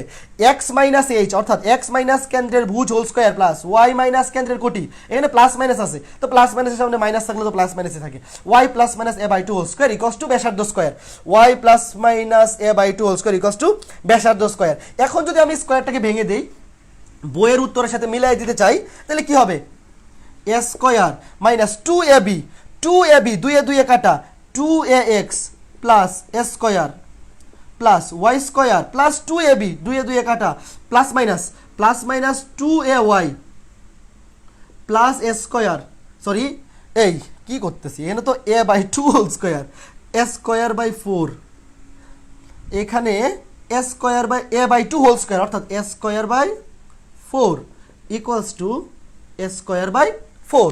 তো এখন খেয়াল করে দেখো, এই যে এখানে x minus a by two, b মানে হচ্ছে a বাই টু, তাহলে দুয়ে দুয়ে কাটা, কি ব্যাপার এখানে আবার দুই আসছে কোথেকে, দুয়ে দুয়ে তো কাটা, আরে আমি বলতেছি একটা লিখতেছি আর একটা, দেখো দেখো দেখো এই ঠান্ডা লাগছে, ঠান্ডার প্রতিক্রিয়া, গত ক্লাসেও এরকম হয়েছিল। এই যে two A B, two into x into a by two, দুয়ে দুয়ে কাটা থাকবে শুধু a x, two into a by two into y, দুয়ে দুয়ে কাটা থাকবে শুধু a y, a by two whole square মানে a square by four, a by two whole square মানে a স্কোয়ার বাই ফোর, তাহলে এখানে একটা a স্কোয়ার বাই ফোর, একটা a স্কোয়ার বাই কাটা থাকবে, কি থাকবে x square plus Y square, x square plus Y square minus a x plus minus a y, minus a y sorry minus a x plus minus a Y plus A square by four equals to zero, plus A square by four equals to zero. এই যে এটা answer, এইটা হচ্ছে answer, তুমি এইখানে answer দিয়ে দিবা।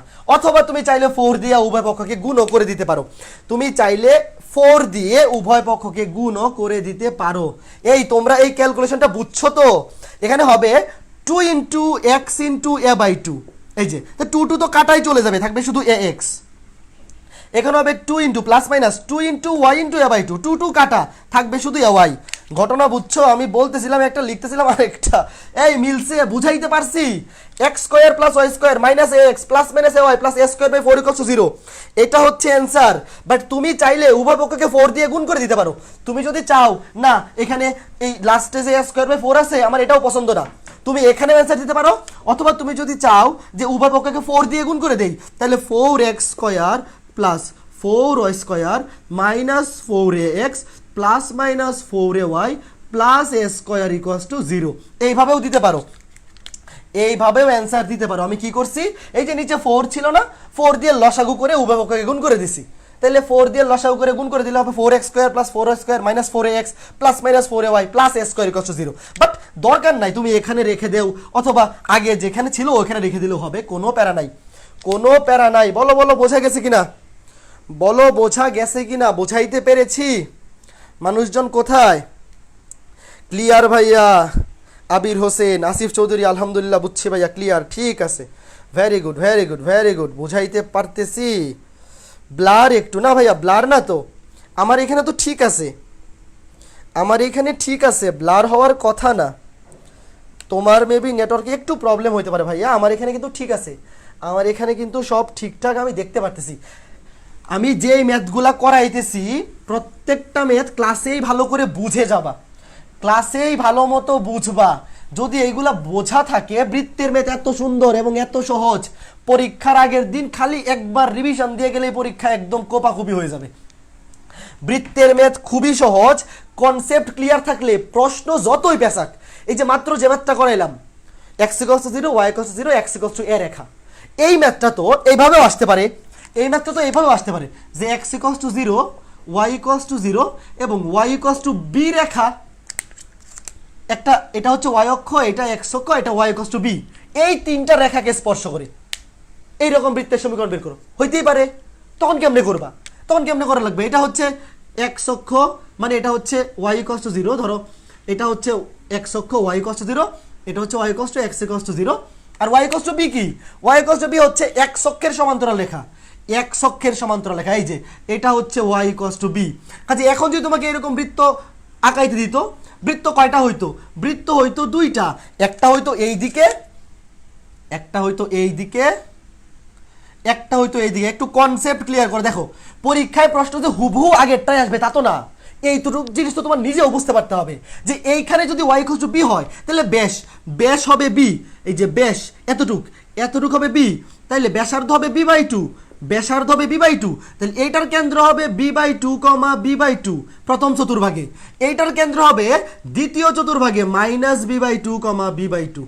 দেখো ব্যাসার্ধ হবে b/2, তাহলে এই যে এই বৃত্তটা আছে প্রথম চতুর্ভাগে, এটার কেন্দ্র হবে b/2, b/2, b/2, b/2, আর এটা হবে মাইনাস দ্বিতীয় চতুর্ভাগে -b/2, b/2। অর্থাৎ এখন প্লাস মাইনাসটা কোথায় চলে আসছে দেখো, ভুজের সামনে, এই যে ভুজ, এখানে প্লাস এখানে মাইনাস, কোটি কিন্তু দুটাতেই প্লাস, এখন কেন্দ্র হবে +-b/2, b/2। দেখো ব্যাসার্ধ, ব্যাসার্ধ হবে b/2 আর কেন্দ্র হবে +-b/2, b/2। বোঝা গেল? এই জিনিসগুলাই ভর্তি পরীক্ষাতে দিবে।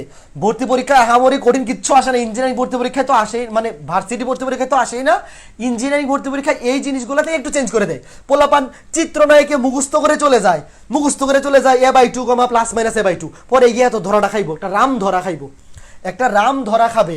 এবং পরীক্ষায় যদি ডিরেক্ট ভ্যালু দেওয়া থাকে, ধরো প্রশ্নে এরকম আছে y = 4, y = 4, এই তিনটা রেখা, পরীক্ষায় এরকম এ আর বি দিয়ে থাকে না, ইঞ্জিনিয়ারিং ভর্তি পরীক্ষায় এরকম ভ্যালু দেওয়া থাকে। তো তোমাকে যদি এরকম ভ্যালু দিয়ে দেয়, ভ্যালু যদি দিয়ে দেয়, তাহলে এটা হচ্ছে 4, এটা হচ্ছে y = 4 রেখা, y অক্ষের সমান্তরাল, এই বৃত্তের ব্যাস হবে 4, y = 4, মানে যে এখান থেকে এতটুকু, এটা হচ্ছে বৃত্তের ব্যাস। তাহলে ব্যাসার্ধ কত? ব্যাসার্ধ হচ্ছে 2 একক, ব্যাসার্ধ হচ্ছে 2 একক, ব্যাস যদি 4 একক হয় ব্যাসার্ধ হবে 2 একক। তাহলে এই বৃত্তের কেন্দ্র হবে 2, 2, এইটা হবে -2, 2, অর্থাৎ কেন্দ্র হবে +-2, 2। দেখো ব্যাসার্ধ 2 একক, ব্যাসার্ধ 2 একক, কেন্দ্র এখানে 2, 2, প্রথম চতুর্ভাগে 2, 2, আর দ্বিতীয় চতুর্ভাগে -2, 2। তাহলে বৃত্তের সমীকরণ কি হবে?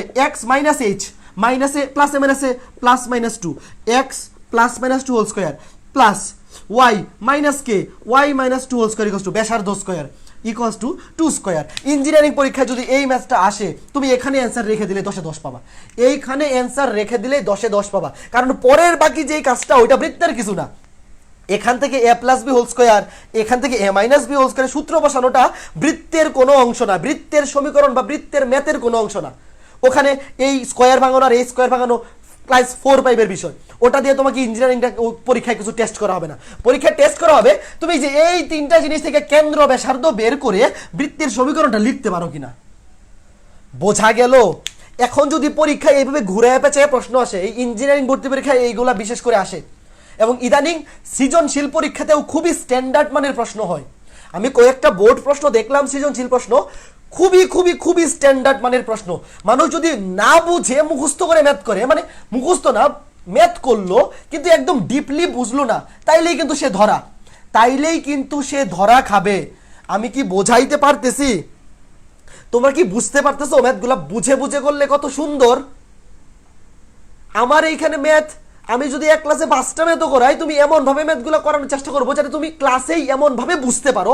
এই 5টা থেকে যদি আরো 25টা ম্যাথ বানায় দেওয়া হয়, সবগুলা তুমি করতে পারো।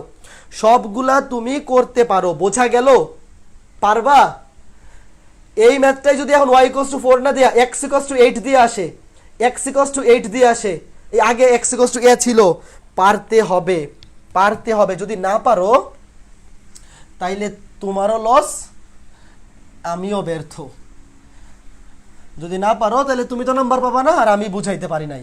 ওকে, এখন এই ম্যাথটা দেখো, এই ম্যাথটা দেখো। প্রশ্নে কি বলছে? বলছে 4√2 বাহু বিশিষ্ট একটি বর্গের শীর্ষ মূল বিন্দুতে, আচ্ছা 4√2 বাহু বিশিষ্ট একটা বর্গের বাহু হচ্ছে 4√2, 4√2 বাহু বিশিষ্ট বর্গের একটি শীর্ষ, আচ্ছা একটি শীর্ষ মূল বিন্দুতে, একটি শীর্ষ মূল বিন্দুতে, দাঁড়াও চিত্রটা আঁকি। x অক্ষ, y অক্ষ, এইটা হচ্ছে মূল বিন্দু 0,0। 4√2 বাহু বিশিষ্ট বর্গের একটি শীর্ষ মূল বিন্দুতে, অর্থাৎ এই যে মূল বিন্দুতে একটা শীর্ষ এবং এর বিপরীত শীর্ষটি x অক্ষের উপর অবস্থিত। বুঝে ফেলছে, দেখো একটা বর্গের বাহুর দৈর্ঘ্য 4√2 এবং সেই বর্গের একটা শীর্ষ আছে মূল বিন্দুতে আর একটা শীর্ষ আছে x অক্ষের উপর। ধরলাম আরেকটা শীর্ষ এখানে, তো x অক্ষের উপর আরেকটা শীর্ষ, তাইলে বর্গটা হবে এরকম, ধরো এরকম।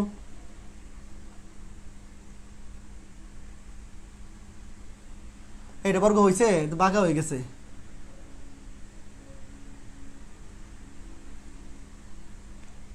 হ্যাঁ এখন ঠিক আছে। এই যে এইটা হবে একটা বর্গ। দেখো এই যে বর্গটা, এই বর্গের বাহুর দৈর্ঘ্য কত? 4√2। ধরো এই যে একটা বর্গ, নাম কি ধরলাম? ধরো ও এ, এটা ধরলাম মূল বিন্দু, এটা ধরলাম মূল বিন্দু ও, আচ্ছা ও A B C, O A B C.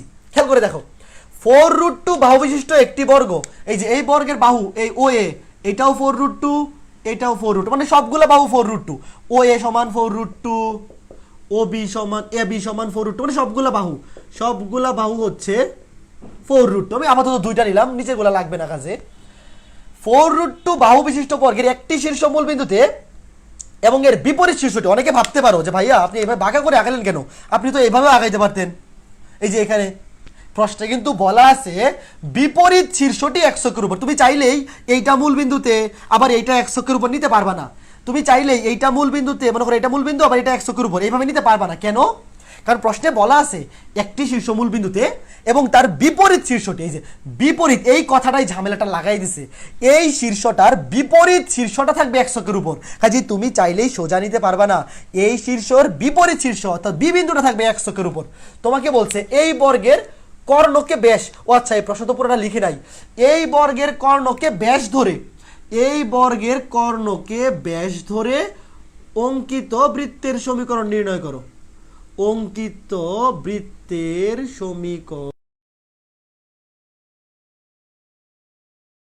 সমীকরণ নির্ণয় করো। দেখো 4√2 বাহুবিশিষ্ট বর্গের একটি শীর্ষ মূল বিন্দুতে, ধরলাম ও বিন্দুটা মূল বিন্দুতে, মূল বিন্দু এবং এই বর্গের একটা শীর্ষ মূল বিন্দুতে, বিপরীত শীর্ষটি x অক্ষের উপর, এই যে ও বিন্দুর বা মূল বিন্দুর বিপরীত শীর্ষটা x অক্ষের উপর আছে। এই বর্গের কর্ণকে, এই বর্গের কর্ণ কোনটা? এটাই তো এই বর্গের কর্ণ, এই যে ওবি, ওবি হচ্ছে এই বর্গের একটা কর্ণ, ওবি, ওবি হচ্ছে এই বর্গের একটা কর্ণ। এই কর্ণকে ব্যাস ধরে, ওবি কে ব্যাস ধরে, ওবি কে ব্যাস ধরে অঙ্কিত বৃত্তের সমীকরণ বের করতে হবে। এখন বৃত্তের সমীকরণ বের করার জন্য একটা ব্যাসের দুইটা প্রান্ত বিন্দু জানা থাকলে এনাফ। আমরা গত 2 নাম্বার লেকচারে, মেবি 2 নাম্বার লেকচারে পড়ছি অথবা 1 নাম্বার লেকচারে হতে পারে, যে একটা বৃত্তের কোনো ব্যাসের দুইটা প্রান্ত বিন্দুর স্থানাঙ্ক যদি দেওয়া থাকে, সেই বৃত্তের সমীকরণ হচ্ছে x - x1 * x - x2 plus y - y1 * y - y2 = sorry হ্যাঁ y - y2 = 0। ঠিক আছে, x - x1 * x - x2 plus y - y1 * y - y2 = 0। কাজেই ওবি যেহেতু এই বৃত্তের ব্যাস, আচ্ছা তোমরা অনেকেই ভাবতে পারো যে এখানে বৃত্ত কই? আপনি ওবি কে ব্যাস ধরে, দেখো এই বর্গের কর্ণকে ব্যাস ধরে, ওবি কে ব্যাস ধরে অঙ্কিত বৃত্তের সমীকরণ, তাহলে এখানে বৃত্ত কই? বৃত্ত হচ্ছে এইটা, এই যে ওবি কে ব্যাস ধরে অঙ্কিত বৃত্ত এইটা, এই যে এইটা। যদিও আমার এখানে এটা বৃত্ত হচ্ছে না, এটা মনে করো যে একটা মানুষের মুখ হয়ে যাচ্ছে, কিন্তু তোমরা যদি স্কেল দিয়ে আঁকাও সুন্দর করে, তাহলে কিন্তু আসলে একটা সুন্দর বৃত্ত হবে। তো আমি করতাম কি এই সমস্ত ক্ষেত্রে, আগে বৃত্তটা এঁকে ফেলতাম, তোমরাও এই কাজই করবা। আগে বৃত্তটা এঁকে ফেলবা, তারপরে ভিতরে বর্গটা আঁকাবা, তাইলে কোনো প্যারা হবে না, নাইলে কিন্তু বৃত্ত মিলবে না। আগে বৃত্ত আঁকাই ফেলবা, তারপরে বৃত্তের ভেতরে বর্গ আঁকাবা। এখন দেখো যে এটা হচ্ছে সেই বৃত্ত, এইটা হচ্ছে সেই বৃত্ত। এখন খেয়াল করে দেখো, একটা বৃত্তের কোনো ব্যাসের দুইটা প্রান্ত বিন্দুর স্থানাঙ্ক জানা থাকলে আমরা সিম্পলি সেই বৃত্তের সমীকরণ বের করতে পারি। তো এখানে ব্যাসের একটা প্রান্ত বিন্দু হচ্ছে ও, এই ও বিন্দুর স্থানাঙ্ক আমরা জানি, আরেকটা প্রান্ত বিন্দু হচ্ছে বি, এই বি বিন্দুর স্থানাঙ্ক কেমন বের করতে পারবো? দেখো বি বিন্দুটা এক ছকের উপর অবস্থিত, আমরা জানি এক ছকের উপর অবস্থিত সকল বিন্দু কি শূন্য, কোটি শূন্য। বি বিন্দুটা এক ছকের উপর অবস্থিত, আমরা জানি এক ছকের উপর অবস্থিত সকল বিন্দুর কোটি শূন্য, তাহলে বি বিন্দুর কোটি শূন্য। এখন বি বিন্দুর ভুজ কেমনে বের করব? বি বিন্দুর ভুজ বের করার জন্য আগে আমাদের ও বি বের করতে হবে, ও বি এর দৈর্ঘ্যটা বের করতে হবে। তো ও বি এর দৈর্ঘ্য যদি আমরা পেয়ে যাই, ও বি যদি হয় 5, তাহলে বি বিন্দুটা হবে 5,0, ও বি যদি হয় 6, বি বিন্দুটা হবে 6,0। সিম্পল স্থানাঙ্ক জ্যামিতি। ও বি কেমনে বের করবো? দেখো ও বি বের করার বুদ্ধি কি, এই যে একটা সমকোণী ত্রিভুজ, এই যে এ ও বি, এ ও বি তোমরা লিখতে পারো ত্রিভুজ এ ও বি, এটা একটা সমকোণী ত্রিভুজ। এখানে এটা হচ্ছে এক সমকোণ, অর্ধবৃত্তস্থ কোণ, তোমরা তো 9 10-এ পড়ে আসছো। অর্ধবৃত্ত আমরা জানি অর্ধবৃত্তস্থ কোণ এক সমকোণ, অর্ধবৃত্তস্থ কোণ এক সমকোণ। তোমরা লিখবা ত্রিভুজ এ ও বি হতে পাই, এখানে অত কিছু উল্লেখ করা লাগবে না, সিম্পলি লিখবা ত্রিভুজ এ ও বি হতে পাই অতিভুজ স্কয়ার, অর্থাৎ ও বি স্কয়ার সমান ও এ square plus A B square. দেখো এই যে ত্রিভুজ এ ও বি, এটা হচ্ছে একটা সমকোণী ত্রিভুজ, এ ও বি সমকোণী ত্রিভুজ হতে পাই অতিভুজ স্কয়ার, অতিভুজ হচ্ছে ও বি, ও বি স্কয়ার, সমকোণের বিপরীত বাহু হচ্ছে অতিভুজ, অতিভুজ স্কয়ার ইকুয়ালস টু বাকি দুইটা বাহু square, O A square plus A B square. এখন দেখো ও বি স্কয়ার ও এ মানে হচ্ছে 4√2, কারণ এটা হচ্ছে বর্গের বাহু 4√2 হোল স্কয়ার, প্লাস এ বিও হচ্ছে বর্গের বাহু 4√2 হোল স্কয়ার, 4 16 16 16 সরি 16 দোকানে 32, 32 দোকানে 64, সুতরাং ও বি সমান হচ্ছে 8, ও বি সমান হচ্ছে 8 একক। খেয়াল করে দেখো এটা 32, এটা 32, 64, ও বি স্কয়ার সমান 64, ও বি সমান হচ্ছে 8 একক। এখন খেয়াল করে দেখো ও বি সমান যদি 8 একক হয়, তাহলে বি বিন্দুর স্থানাঙ্ক কত হবে? 8,0। ও বি সমান যদি 8 একক হয়, তাইলে বি বিন্দুর স্থানাঙ্ক কি হবে? 8,0। এখন আরেকটা কথা আছে, কি কথা? যে ভাইয়া এখানে তো প্রশ্নে বলা নাই যে বিপরীত শীর্ষটি এক ছকের ধনাত্মক দিকে অবস্থিত, এটা তো ঋণাত্মক দিকেও হইতে পারতো, এই ঘটনাটা তো এক ছকের ঋণাত্মক দিকেও হইতে পারতো, এখানে আরেকটা বৃত্ত তৈরি হইতে পারতো। হ্যাঁ কথা সত্য, এখানে আরো একটা বৃত্ত তৈরি হইতে পারতো, বুঝছো? প্রশ্নে বলছে একটা শীর্ষ মূল বিন্দুতে এবং বিপরীত শীর্ষটি এক ছকের উপর অবস্থিত। প্রশ্নে যদি বলে দিত যে এক ছকের ধনাত্মক দিকে, তাহলে আমি শুধু ধনাত্মক দিকে নিতাম। যদি বলে দিত এক ছকের ঋণাত্মক দিকে, আমি শুধু ঋণাত্মক দিকে নিতাম। বাট এখানে তো কিচ্ছু বলা নাই, মানে এক ছকের ধনাত্মক দিকে হইতে পারে, ঋণাত্মক দিকে হইতে পারে। তাইলে এখানে এই বি বিন্দুটা এইটা যদি 8,0 হয়, এটা কত হবে? এটা হবে -8,0। সিম্পলি লিখে ফেলবা। এটা চিত্র এইভাবে না আঁকাইয়ে তুমি একটা চিত্র আঁকাইলেও চলবে। তুমি যদি পরীক্ষায় একটা চিত্র আঁকাও ডান পাশেরটা এবং বলো যে এরকম আরো একটি বৃত্ত পাওয়া যাবে কোন চতুর্ভাগে, বা এক ছকের ঋণাত্মক দিকে, বলবা যে এরকম অনুরূপ আরেকটি বৃত্ত পাওয়া যাবে এক ছকের ঋণাত্মক দিকে। কাজেই এই শীর্ষটা এক ছকের উপর অবস্থিত, এটা এক ছকের ধনাত্মক দিকে হইলে এই বিন্দুটা হবে 8,0, ঋণাত্মক দিকে হইলে হবে -8,0। বাম পাশে কি দেখা যায়? -8,0 বাম পাশে দেখা যাচ্ছে? দেখা যাচ্ছে না। এই যে এই বিন্দুটা হচ্ছে -8,0। এই যে এই বিন্দুটা আমি এখানে মুছে লিখি, এই বিন্দুটা স্থানাঙ্ক হবে -8,0। তাইলে আমরা কেন্দ্র কি, সরি এই যে বি বিন্দুর স্থানাঙ্ক কি পাচ্ছি? দেখো এখানে ও বিন্দুর স্থানাঙ্ক কি ছিল? ও বিন্দুর স্থানাঙ্ক ছিল 0,0, আর বি বিন্দুর স্থানাঙ্ক আলটিমেটলি কি পাচ্ছি? এটাও বি, এটাও বি, মানে এটা বিটা ডান দিকে হইতে পারে বাম দিকে হইতে পারে, +-8,0। একটু ভালো করে বোঝো, পরীক্ষায় যদি চিত্রটা আঁকাও ব্যাখ্যা কিছু লিখতে হবে না, পরীক্ষায় এই সমস্ত ব্যাখ্যা কিছু লেখা লাগবে না, তুমি জিনিসটা ঠিক মতো করে আসতে পারলে এমনিতেই অটো নাম্বার দিবে, কোনো প্যারা নাই।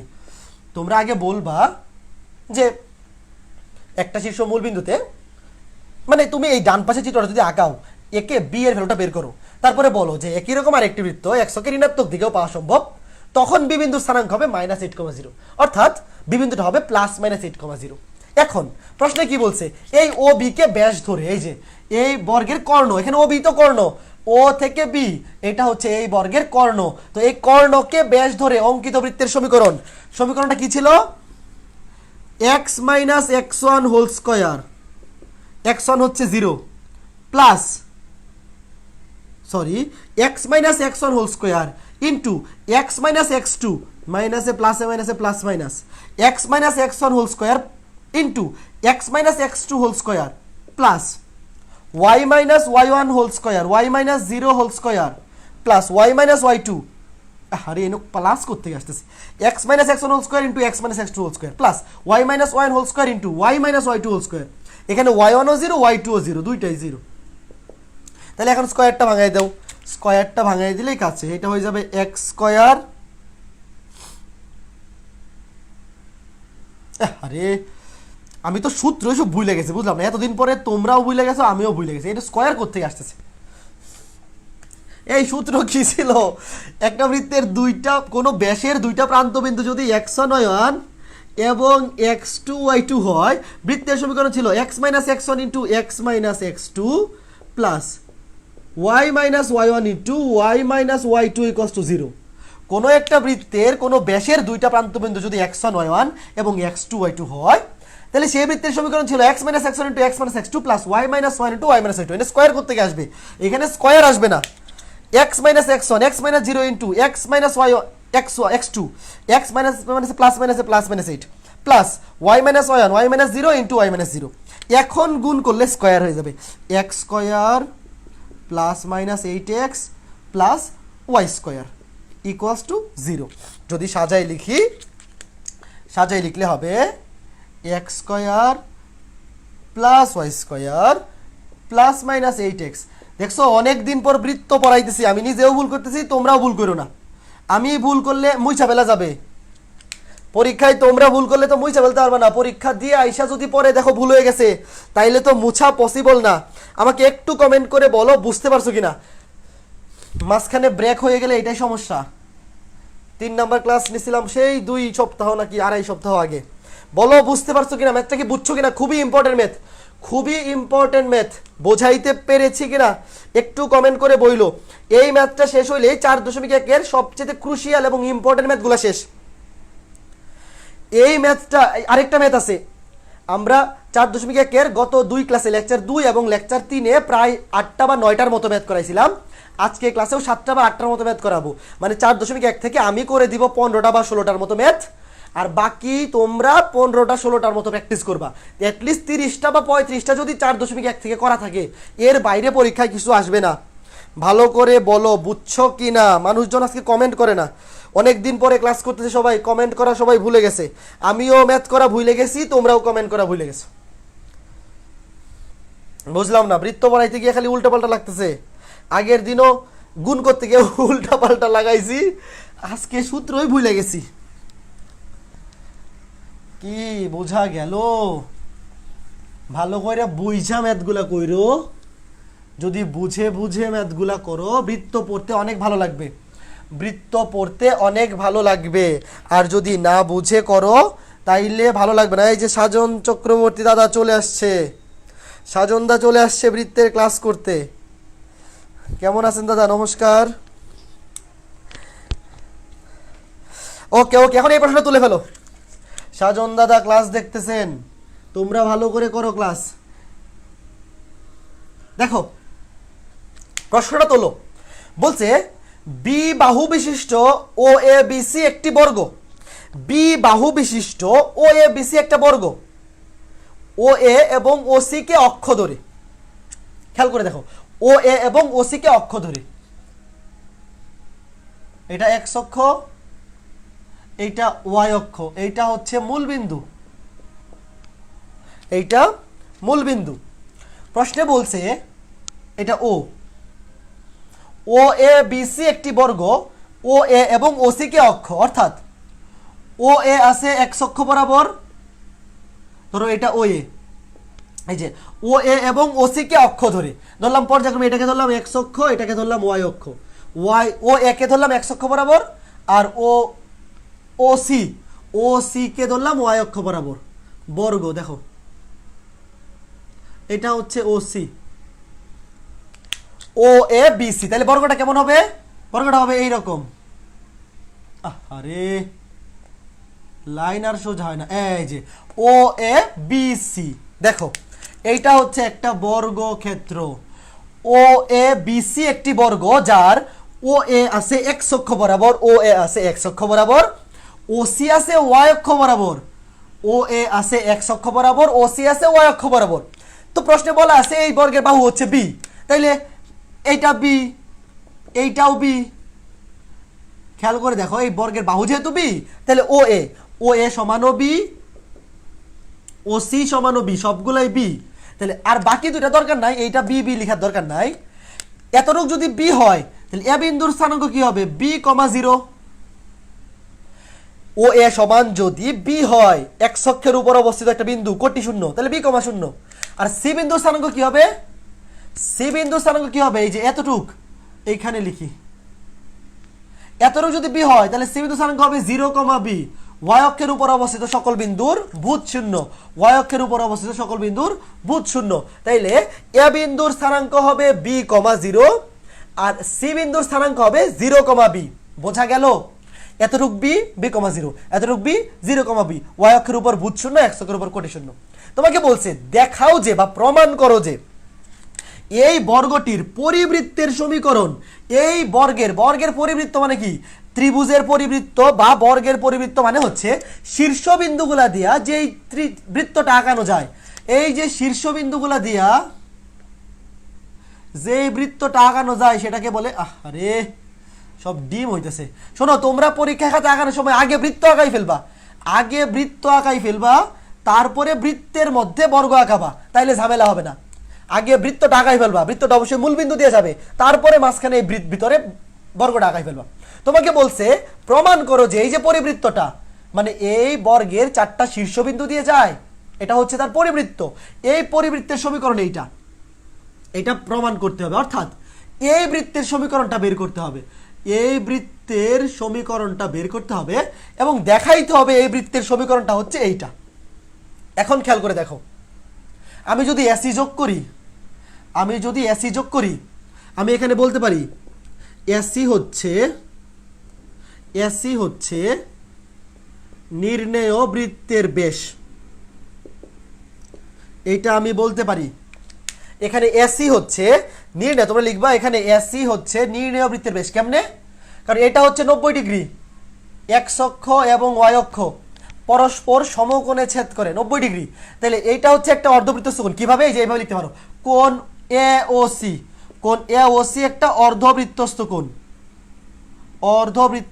কারণ আমরা জানি অর্ধবৃত্তস্থ কোণ এক সমকোণ। কোণ এ ও সি এটা হচ্ছে লম্ব অর্থাৎ 90 ডিগ্রি, এবং আমরা জানি অর্ধবৃত্তস্থ কোণ এক সমকোণ। সুতরাং এ ও সি হচ্ছে একটা অর্ধবৃত্তস্থ কোণ, আর অর্ধবৃত্তস্থ কোণ তো ব্যাস ছাড়া হইতে পারে না। তাহলে এ ও সি যদি অর্ধবৃত্তস্থ কোণ হয়, তাহলে এ সি অবশ্যই এই বৃত্তের ব্যাস।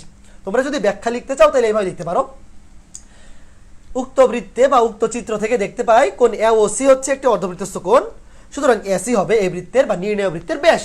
তাইলে এ এবং সি, এ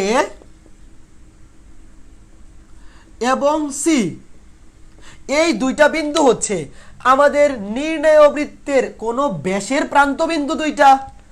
এ এবং সি এই দুইটা বিন্দু হচ্ছে আমাদের নির্ণেয় বৃত্তের ব্যাসের প্রান্তবিন্দুদ্বয়,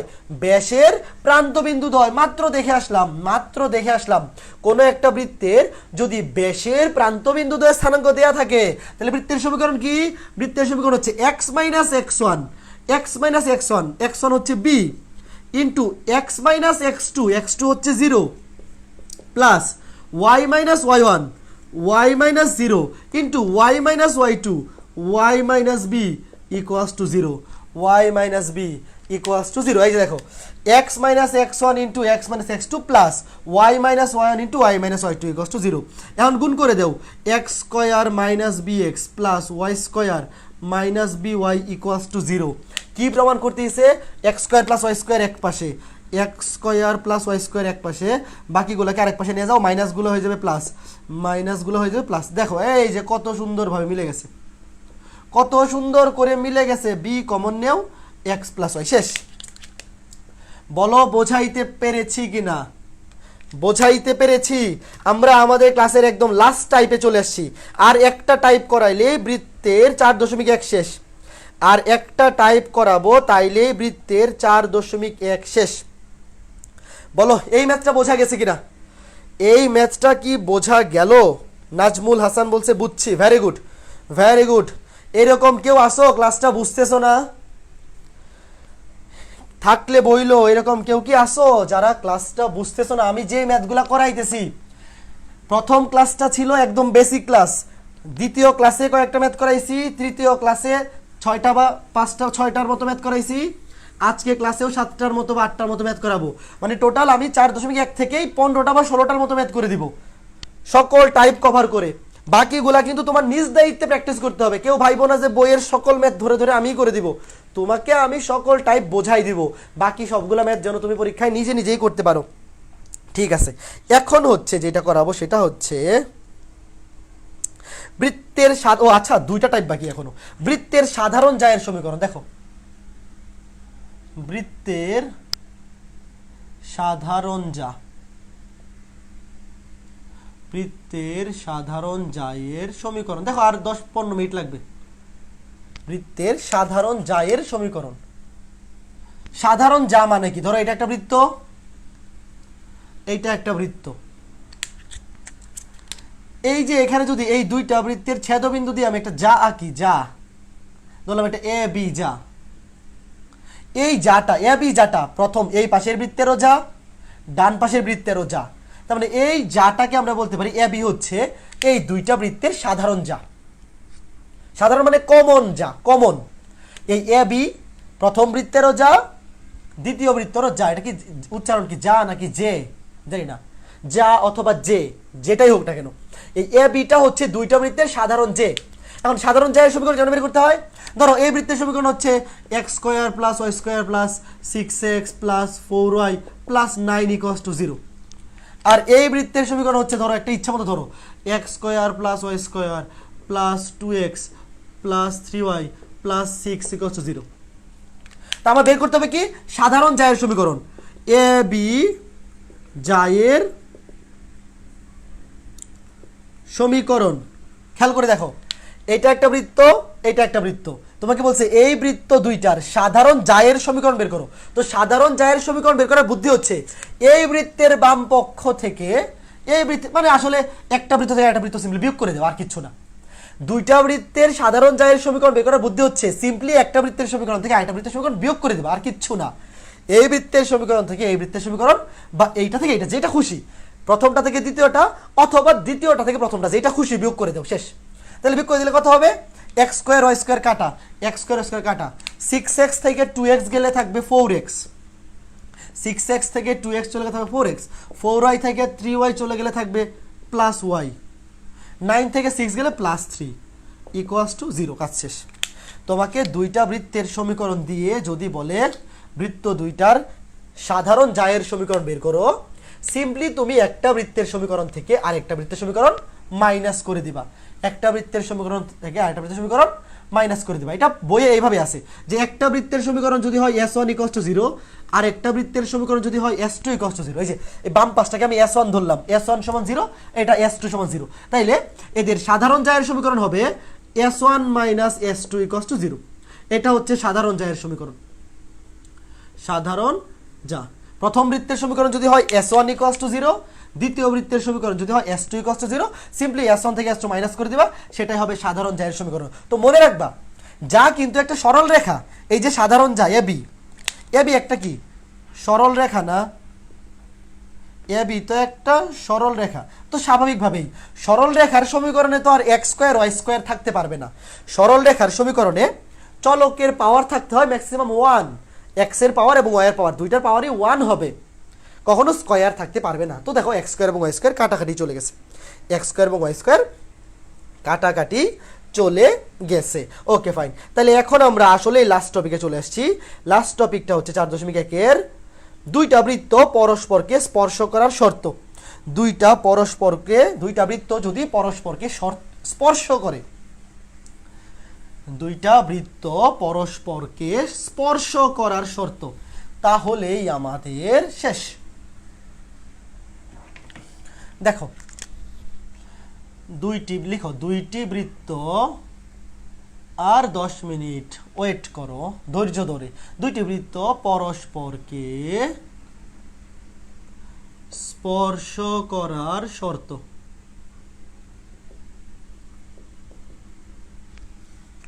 দেখো দুইটা বৃত্ত পরস্পরকে দুইভাবে স্পর্শ করতে পারে। একটা হচ্ছে অন্তঃস্পর্শ,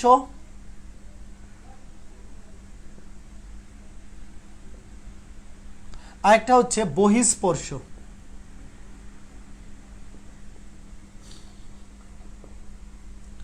অন্তঃস্পর্শ আর বহিঃস্পর্শ মানে কি? ধরো আগে বহিঃস্পর্শটা দেখাই, বহিঃস্পর্শটা দেখানো সোজা। ধরো এটা একটা বৃত্ত, এটা একটা বৃত্ত। আরে এটা কি, তো স্পর্শ তো এইভাবে করে না, এই যে এইটা একটা বৃত্ত, এইটা আর একটা বৃত্ত। এইটা বৃত্তের কেন্দ্র হচ্ছে C1, এই বৃত্তের কেন্দ্র হচ্ছে C2। সি মানে সেন্টার। এই প্রথম বৃত্তের কেন্দ্র হচ্ছে C1, এই বৃত্তের কেন্দ্র হচ্ছে C2। তাইলে এই দুইটা বৃত্ত যদি পরস্পরকে স্পর্শ করে বহিস্থভাবে, যেটা হচ্ছে বহিঃস্পর্শ, এইভাবে স্পর্শ করলে, মানে বাইরের দিক থেকে স্পর্শ করলো, যে এই বিন্দুতে স্পর্শ করলো, এটাকে বলে বহিঃস্পর্শ। আর অন্তঃস্পর্শ মানে হচ্ছে, ধরো একটা বৃত্ত অনেক বড় বৃত্ত, এটার কেন্দ্র হচ্ছে C1, এই বৃত্তটাকে আরেকটা ছোট বৃত্ত ভিতরের দিক থেকে স্পর্শ করলো, যেটার কেন্দ্র হচ্ছে C2। এই যে দেখো, এটা হচ্ছে অন্তঃস্পর্শ। অন্তঃস্পর্শ একটা বৃত্ত দুইটা বৃত্ত বাইরের দিক থেকে স্পর্শ করলে সেটাকে বলে বহিঃস্পর্শ। আর দুইটা বৃত্ত, একটা ছোট বৃত্ত একটা বড় বৃত্তের ভিতরের দিক থেকে স্পর্শ করলে, ধরলাম এই বিন্দুতে স্পর্শ করছে, সেটাকে বলে অন্তঃস্পর্শ। বহিঃস্পর্শ একটা হচ্ছে অন্তঃস্পর্শ। দেখো বাইরের দিক থেকে স্পর্শ করলে বলে বহিঃস্পর্শ, ভিতরের দিক থেকে স্পর্শ করলে বলে অন্তঃস্পর্শ। এখন বহিঃস্পর্শের শর্ত কি? শর্ত আনতে হবে। দেখো আমি যদি এই যে C1 থেকে C2 যোগ করি, C1 মানে এখানে C1 হচ্ছে প্রথম বৃত্তের কেন্দ্র, C2 হচ্ছে দ্বিতীয় বৃত্তের কেন্দ্র। C1 C2 যদি যোগ করি, খেয়াল করে দেখো, এতটুক এখান থেকে এতটুক, এটা হচ্ছে প্রথম বৃত্তের ব্যাসার্ধ R1। C1 থেকে স্পর্শবিন্দু পর্যন্ত এতটুক দূরত্ব হচ্ছে প্রথম বৃত্তের ব্যাসার্ধ। আবার C2 থেকে এই স্পর্শবিন্দু পর্যন্ত এই দূরত্বটা হচ্ছে দ্বিতীয় বৃত্তের ব্যাসার্ধ। এতটুকু হচ্ছে প্রথম বৃত্তের ব্যাসার্ধ, এতটুকু হচ্ছে দ্বিতীয় বৃত্তের ব্যাসার্ধ। তাহলে আমি এখানে লিখতে পারি না C1 C2। C1 C2 মানে কেন্দ্র দুইটার মধ্যবর্তী দূরত্ব। C1 C2 মানে হচ্ছে এই কেন্দ্র দুইটার মধ্যবর্তী দূরত্ব কি হবে? ব্যাসার্ধ দুইটার যোগফলের সমান হবে। দেখেই তো বোঝা যাচ্ছে এটা হচ্ছে বহিঃস্পর্শের শর্ত। বহিঃস্পর্শের শর্ত কি? দুইটা বৃত্ত যদি পরস্পরকে বহিঃস্পর্শ করে, দুইটা বৃত্ত যদি পরস্পরকে, তোমরা নিচে লিখবা, আমি তো উপরে তুলে দিছি, দুইটা বৃত্ত যদি পরস্পরকে বহিঃস্পর্শ করে, তাহলে বৃত্ত দুইটার কেন্দ্রদ্বয়ের মধ্যবর্তী দূরত্ব হবে দুইটা বৃত্তের ব্যাসার্ধের যোগফলের সমান। দেখেই বোঝা যায় দুইটা বৃত্তের কেন্দ্রের মধ্যবর্তী দূরত্ব হবে বৃত্ত দুইটার ব্যাসার্ধের যোগফলের সমান। এখন চলো এইখানে দেখি, এইখানে কন্ডিশনটা কি দাঁড়াচ্ছে। এইখানে এই যে এখান থেকে এই পর্যন্ত, এই টোটালটা এখান থেকে এই পর্যন্ত, এই টোটালটা হচ্ছে প্রথম বৃত্তের ব্যাসার্ধ। ধরলাম এটা হচ্ছে R1। প্রথম বৃত্তের কেন্দ্র থেকে এই স্পর্শবিন্দু পর্যন্ত টোটাল দূরত্বটা হচ্ছে প্রথম বৃত্তের ব্যাসার্ধ R1। আর এখান থেকে ধরো এই কেন্দ্রটা হচ্ছে C2, এটার কেন্দ্র থেকে এই স্পর্শবিন্দু পর্যন্ত দূরত্ব, এই ব্যাসার্ধটা হচ্ছে R2, দ্বিতীয় বৃত্তের ব্যাসার্ধ। দেখো C1 থেকে স্পর্শবিন্দু পর্যন্ত দূরত্ব হচ্ছে প্রথম বৃত্তের ব্যাসার্ধ R1, C2 থেকে স্পর্শবিন্দু পর্যন্ত দূরত্ব এইটা হচ্ছে দ্বিতীয় বৃত্তের ব্যাসার্ধ R2। তাহলে আমরা যদি কেন্দ্র দুইটার মধ্যবর্তী দূরত্ব বের করি C1 C2, এই যে এখান থেকে এই পর্যন্ত এতটুক দূরত্ব, এতটুক কেন্দ্র দুইটার মধ্যবর্তী দূরত্ব কি হবে? এই R1 থেকে R2 মাইনাস করতে হবে না? R1 থেকে R2 কি করতে হবে? মাইনাস করতে হবে। দেখো টোটালটা হচ্ছে R1, সেই টোটাল R1 থেকে তুমি যদি R2টা মাইনাস করে দাও তাইলে তুমি পাবা C1 থেকে C2 পর্যন্ত দূরত্ব, অর্থাৎ কেন্দ্র দুইটার মধ্যবর্তী দূরত্ব হবে ব্যাসার্ধ দুইটার বিয়োগফলের সমান।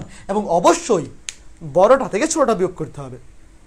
ব্যাসার্ধ হবে মানে বিয়োগ যে তুমি করবা অবশ্যই বড়টার ব্যাসার্ধ থেকে ছোট বৃত্তের ব্যাসার্ধটা মাইনাস করতে হবে। তো শর্ত দুইটা তুলে ফেলো। দুইটা বৃত্ত বহিস্থভাবে স্পর্শ করলে কেন্দ্র দুইটার মধ্যবর্তী দূরত্ব হবে দুইটা বৃত্তের ব্যাসার্ধের যোগফলের সমান, আর অন্তঃস্পর্শ করলে কেন্দ্র দুইটার মধ্যবর্তী দূরত্ব হবে ব্যাসার্ধ দুইটার বিয়োগফলের সমান। মানে বড় বৃত্তের ব্যাসার্ধ থেকে ছোট বৃত্তের ব্যাসার্ধ বিয়োগ করে দিব।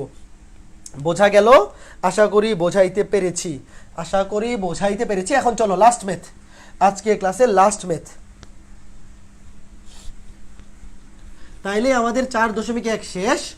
আগামী ক্লাসে আমরা 4.2 শুরু করব।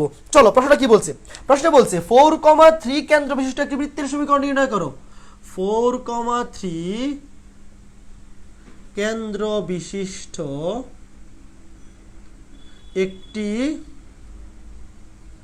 বৃত্তের সমীকরণ নির্ণয় করো যা x² + y² = 4 বৃত্তকে বহিঃস্পর্শ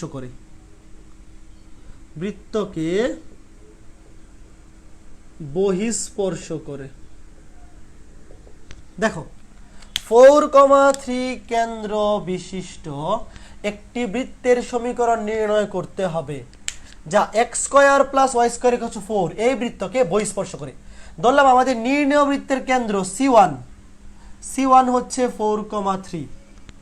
আমাদের নির্ণেয় বৃত্তের ব্যাসার্ধ ধরলাম R1, যেটা আমি জানি না, যেটা আমার বের করতে হবে। ধরলাম নির্ণেয় বৃত্তের কেন্দ্র প্রশ্নে দেওয়াই আছে 4,3 এবং নির্ণেয় বৃত্তের ব্যাসার্ধ R1 বের করতে হবে। এটা তোমরা জানি না, এটা বের করলেই তো কাজ শেষ। একটা বৃত্তের সমীকরণ বের করতে হবে, কেন্দ্র দেওয়া, ব্যাসার্ধ বের করলেই কাজ শেষ। প্রশ্নে কি বলছে? এই নির্ণেয় বৃত্তটা এই বৃত্তটাকে স্পর্শ করে। এই বৃত্তের কেন্দ্র কত তোমরা জানো? এই বৃত্তের কেন্দ্র হচ্ছে 0,0। এই বৃত্তের কেন্দ্র বাইর করা, ব্যাসার্ধ বাইর করা তো কতভাবে শিখাইছি। এই সমীকরণ দিয়ে থাকতে পারে অথবা প্রমিত বা সাধারণ সমীকরণ দিয়ে থাকতে পারে। এই বৃত্তের কেন্দ্র হচ্ছে 0,0, x² + y² = a²। বৃত্তের কেন্দ্র হচ্ছে 0,0, ব্যাসার্ধ হচ্ছে a একক। এখানে ব্যাসার্ধ কত হবে? ব্যাসার্ধ হবে 2 একক, কারণ 4 মানে 2²। ব্যাসার্ধ হচ্ছে 2 একক। দেখো ব্যাসার্ধ কত? ব্যাসার্ধ হচ্ছে 2 একক। তাহলে আমরা কি করব? আমরা লিখব কেন্দ্র, আমরা জানি দুইটা বৃত্ত পরস্পরকে স্পর্শ করলে কেন্দ্র দুইটার মধ্যবর্তী দূরত্ব C1 C2 সমান ব্যাসার্ধ দুইটার যোগফলের সমান। C1 C2 = R1 + R2। C1 C2 দেখো দুই বিন্দুর মধ্যবর্তী দূরত্ব কেমনে বের করে? C1 C2 কেমনে বের করব? দুই বিন্দুর মধ্যবর্তী দূরত্ব বের করার বুদ্ধি হচ্ছে x1 - x2 2 4 - 0 2 plus y1 - y2 3 - 0 2 equals to R1 + R2।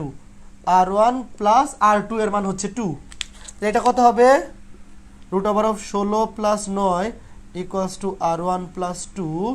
এটা হবে 5 ইকুয়ালস টু R1 + 2। তাহলে R1 = 3। R1 =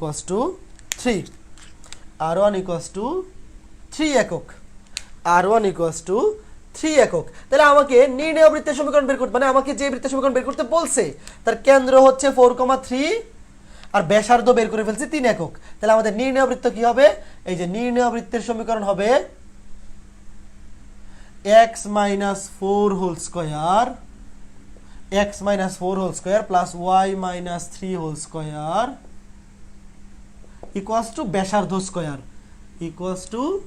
ব্যাসার্ধ স্কয়ার। নির্ণেয় বৃত্তের কেন্দ্র হচ্ছে 4,3, ব্যাসার্ধ হচ্ছে 3 একক।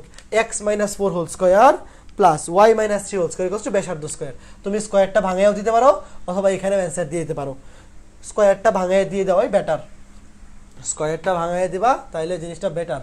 এক্স স্কোয়ার মাইনাস 2ab 4 দুগুণে 8 plus 4 4 16 plus Y square minus 3 দুগুণে 6y প্লাস 9 ইকুয়ালস টু 9, 9 9 কাটা, x square plus Y square minus 8x minus 6y plus 16 equals to 0। বলো তো বোঝা গেল কিনা, বলো তো বোঝা গেল কিনা, বুঝতে পারছো, বুঝতে পেরেছো?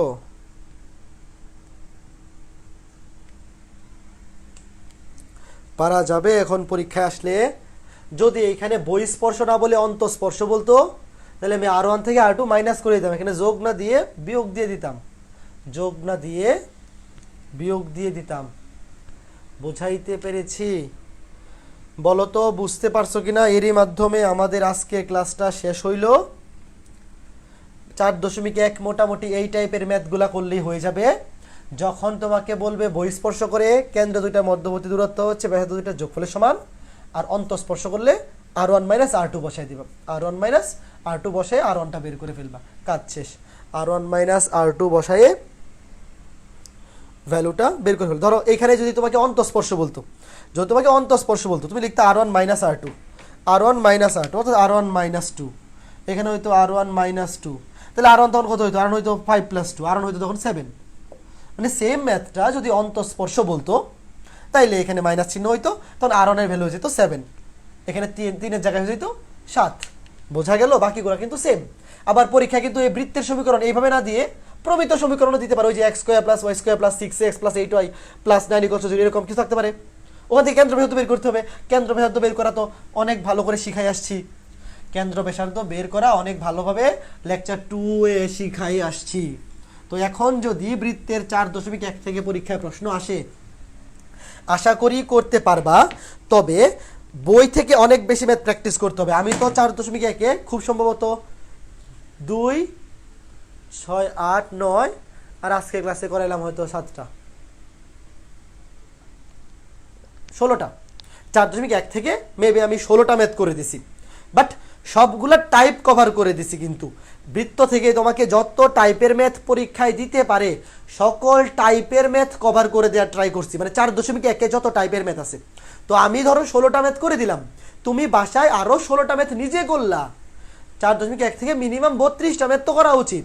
বাট আমি বলবো যে কোনো একটা বই থেকে, তুমি যে স্যারের বই ফলো করো সে স্যারের বই থেকে উদাহরণের সবগুলা ম্যাথ এবং অনুশীলনী থেকে মিনিমাম যেই ম্যাথগুলা একবার হইলেও বোর্ডে আসছে।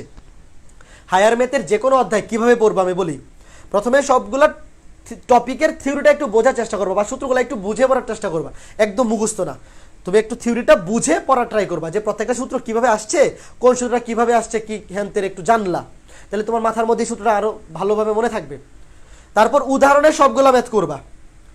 এরপর অনুশীলনী থেকে যেই ম্যাথগুলা একবার হইলেও বোর্ডে আসছে সবগুলা করবা। ধরো বৃত্তের 4.1 থেকে বোর্ডে আসছে এরকম ম্যাথ আছে 40টা, তাহলে মিনিমাম তুমি ওই 40টা ম্যাথ অবশ্যই করবা, এটা কম্পালসারি। ওই 40টার বাইরে পরবর্তীতে তুমি আরও যত বেশি করো, বাট এই 40টা মিনিমাম করবা। তারপরে বৃত্ত অধ্যায় থেকে বিগত বছরগুলোতে 2016, 17, 18, 19 যে সৃজনশীল প্রশ্নগুলো আসছে, ধরো মিনিমাম 15-16টা সৃজনশীল আছে বিগত বছরগুলো মিলে, 15 বা 16টা, সেই 15টা বা 16টা সৃজনশীল প্র্যাকটিস করবা। এবং বিগত বছরগুলোতে বৃত্ত থেকে যে এমসিকিউগুলো আসছে হয়তো 40-50টা এমসিকিউ হবে, ওই এমসিকিউগুলো প্র্যাকটিস করবা। এইভাবে উদাহরণের সবগুলা ম্যাথ, অনুশীলনী থেকে মিনিমাম বোর্ডের প্রশ্নগুলা, এরপরে সাথে যত বেশি করা যায়, তারপরে সৃজনশীল সলভ, বিগত বছরের সৃজনশীলগুলা এবং এমসিকিউগুলা। এইভাবে যদি পড়ো তাহলে একাডেমিক প্রিপারেশনের জন্য এনাফ হবে। একাডেমিক প্রিপারেশনে এর বাইরে কিচ্ছু লাগবে না, তবে অ্যাডমিশন প্রিপারেশনের জন্য তো আরও বেশি অনেকটাই পড়তে হবে, সেটা এখনই দরকার নাই। এখন একাডেমিক প্রিপারেশনটাই কমপ্লিট করো। তো আশা করি বোঝাইতে পারছি। ক্লাস কেমন লাগলো? যারা আসো একটু বলে যাও, যারা আসো যাওয়ার আগে একটু বলে যাও ক্লাস কেমন লাগলো। অনেক দিন পর তোমাদের সাথে ক্লাস নিতে আসলাম, অনেক দিন পর তোমাদের সাথে ক্লাস নিতে আসলাম। তোমরাও হয়তো আগের ক্লাসগুলো ভুলে গেছো। আজকে বৃত্তের 4 নাম্বার লেকচার ছিল, যারা লেকচার 1, 2, 3 দেখো নাই তাদের হয়তো বুঝতে একটু অসুবিধা হবে স্বাভাবিকভাবেই, কারণ অনেকদিন গ্যাপ পড়ে গেছিল তো। তো তোমাদের যদি বুঝতে অসুবিধা হয়ে থাকে তোমরা আগে লেকচার 1 2 3টা একটু কষ্ট করে দেখে ফেলবা, তারপরে লেকচার 4টা দেখো। আর আমিও তো অনেক দিন পরে বৃত্ত পড়াইতে আসা নিজেই অনেক ভুলে গেছি, বৃত্তের সমীকরণই ভুলে গেছি, মাথায় নষ্ট হয়ে গেছে। দুইটা বিন্দু ব্যাসের প্রান্তবিন্দু হইলে বৃত্তের সমীকরণ x - x1 * x - x2 y - y1 * y - y2 সূত্রে তো উল্টাপাল্টা লাগাই দিছিলাম। তো তোমরা উল্টাপাল্টা কইরো না, আমি ভুল করলে কিন্তু হোয়াইট বোর্ডে মুছে আবার কারেকশন করে দেওয়া যাবে। বাট তোমরা যদি পরীক্ষার খাতায় ভুল করে চলে আসো পরে কিন্তু আর কারেকশন করতে পারবা না। তো তোমরা সাবধানতার সাথে ম্যাথ করবা, ঠিক আছে? ঠিক আছে, তো ভালো থাকো। কালকেও কিন্তু ক্লাস আছে, কালকে আমরা 4.2 শুরু করব। ঠিক আছে, তাহলে ভালো থাকো, সুস্থ থাকো, টাটা।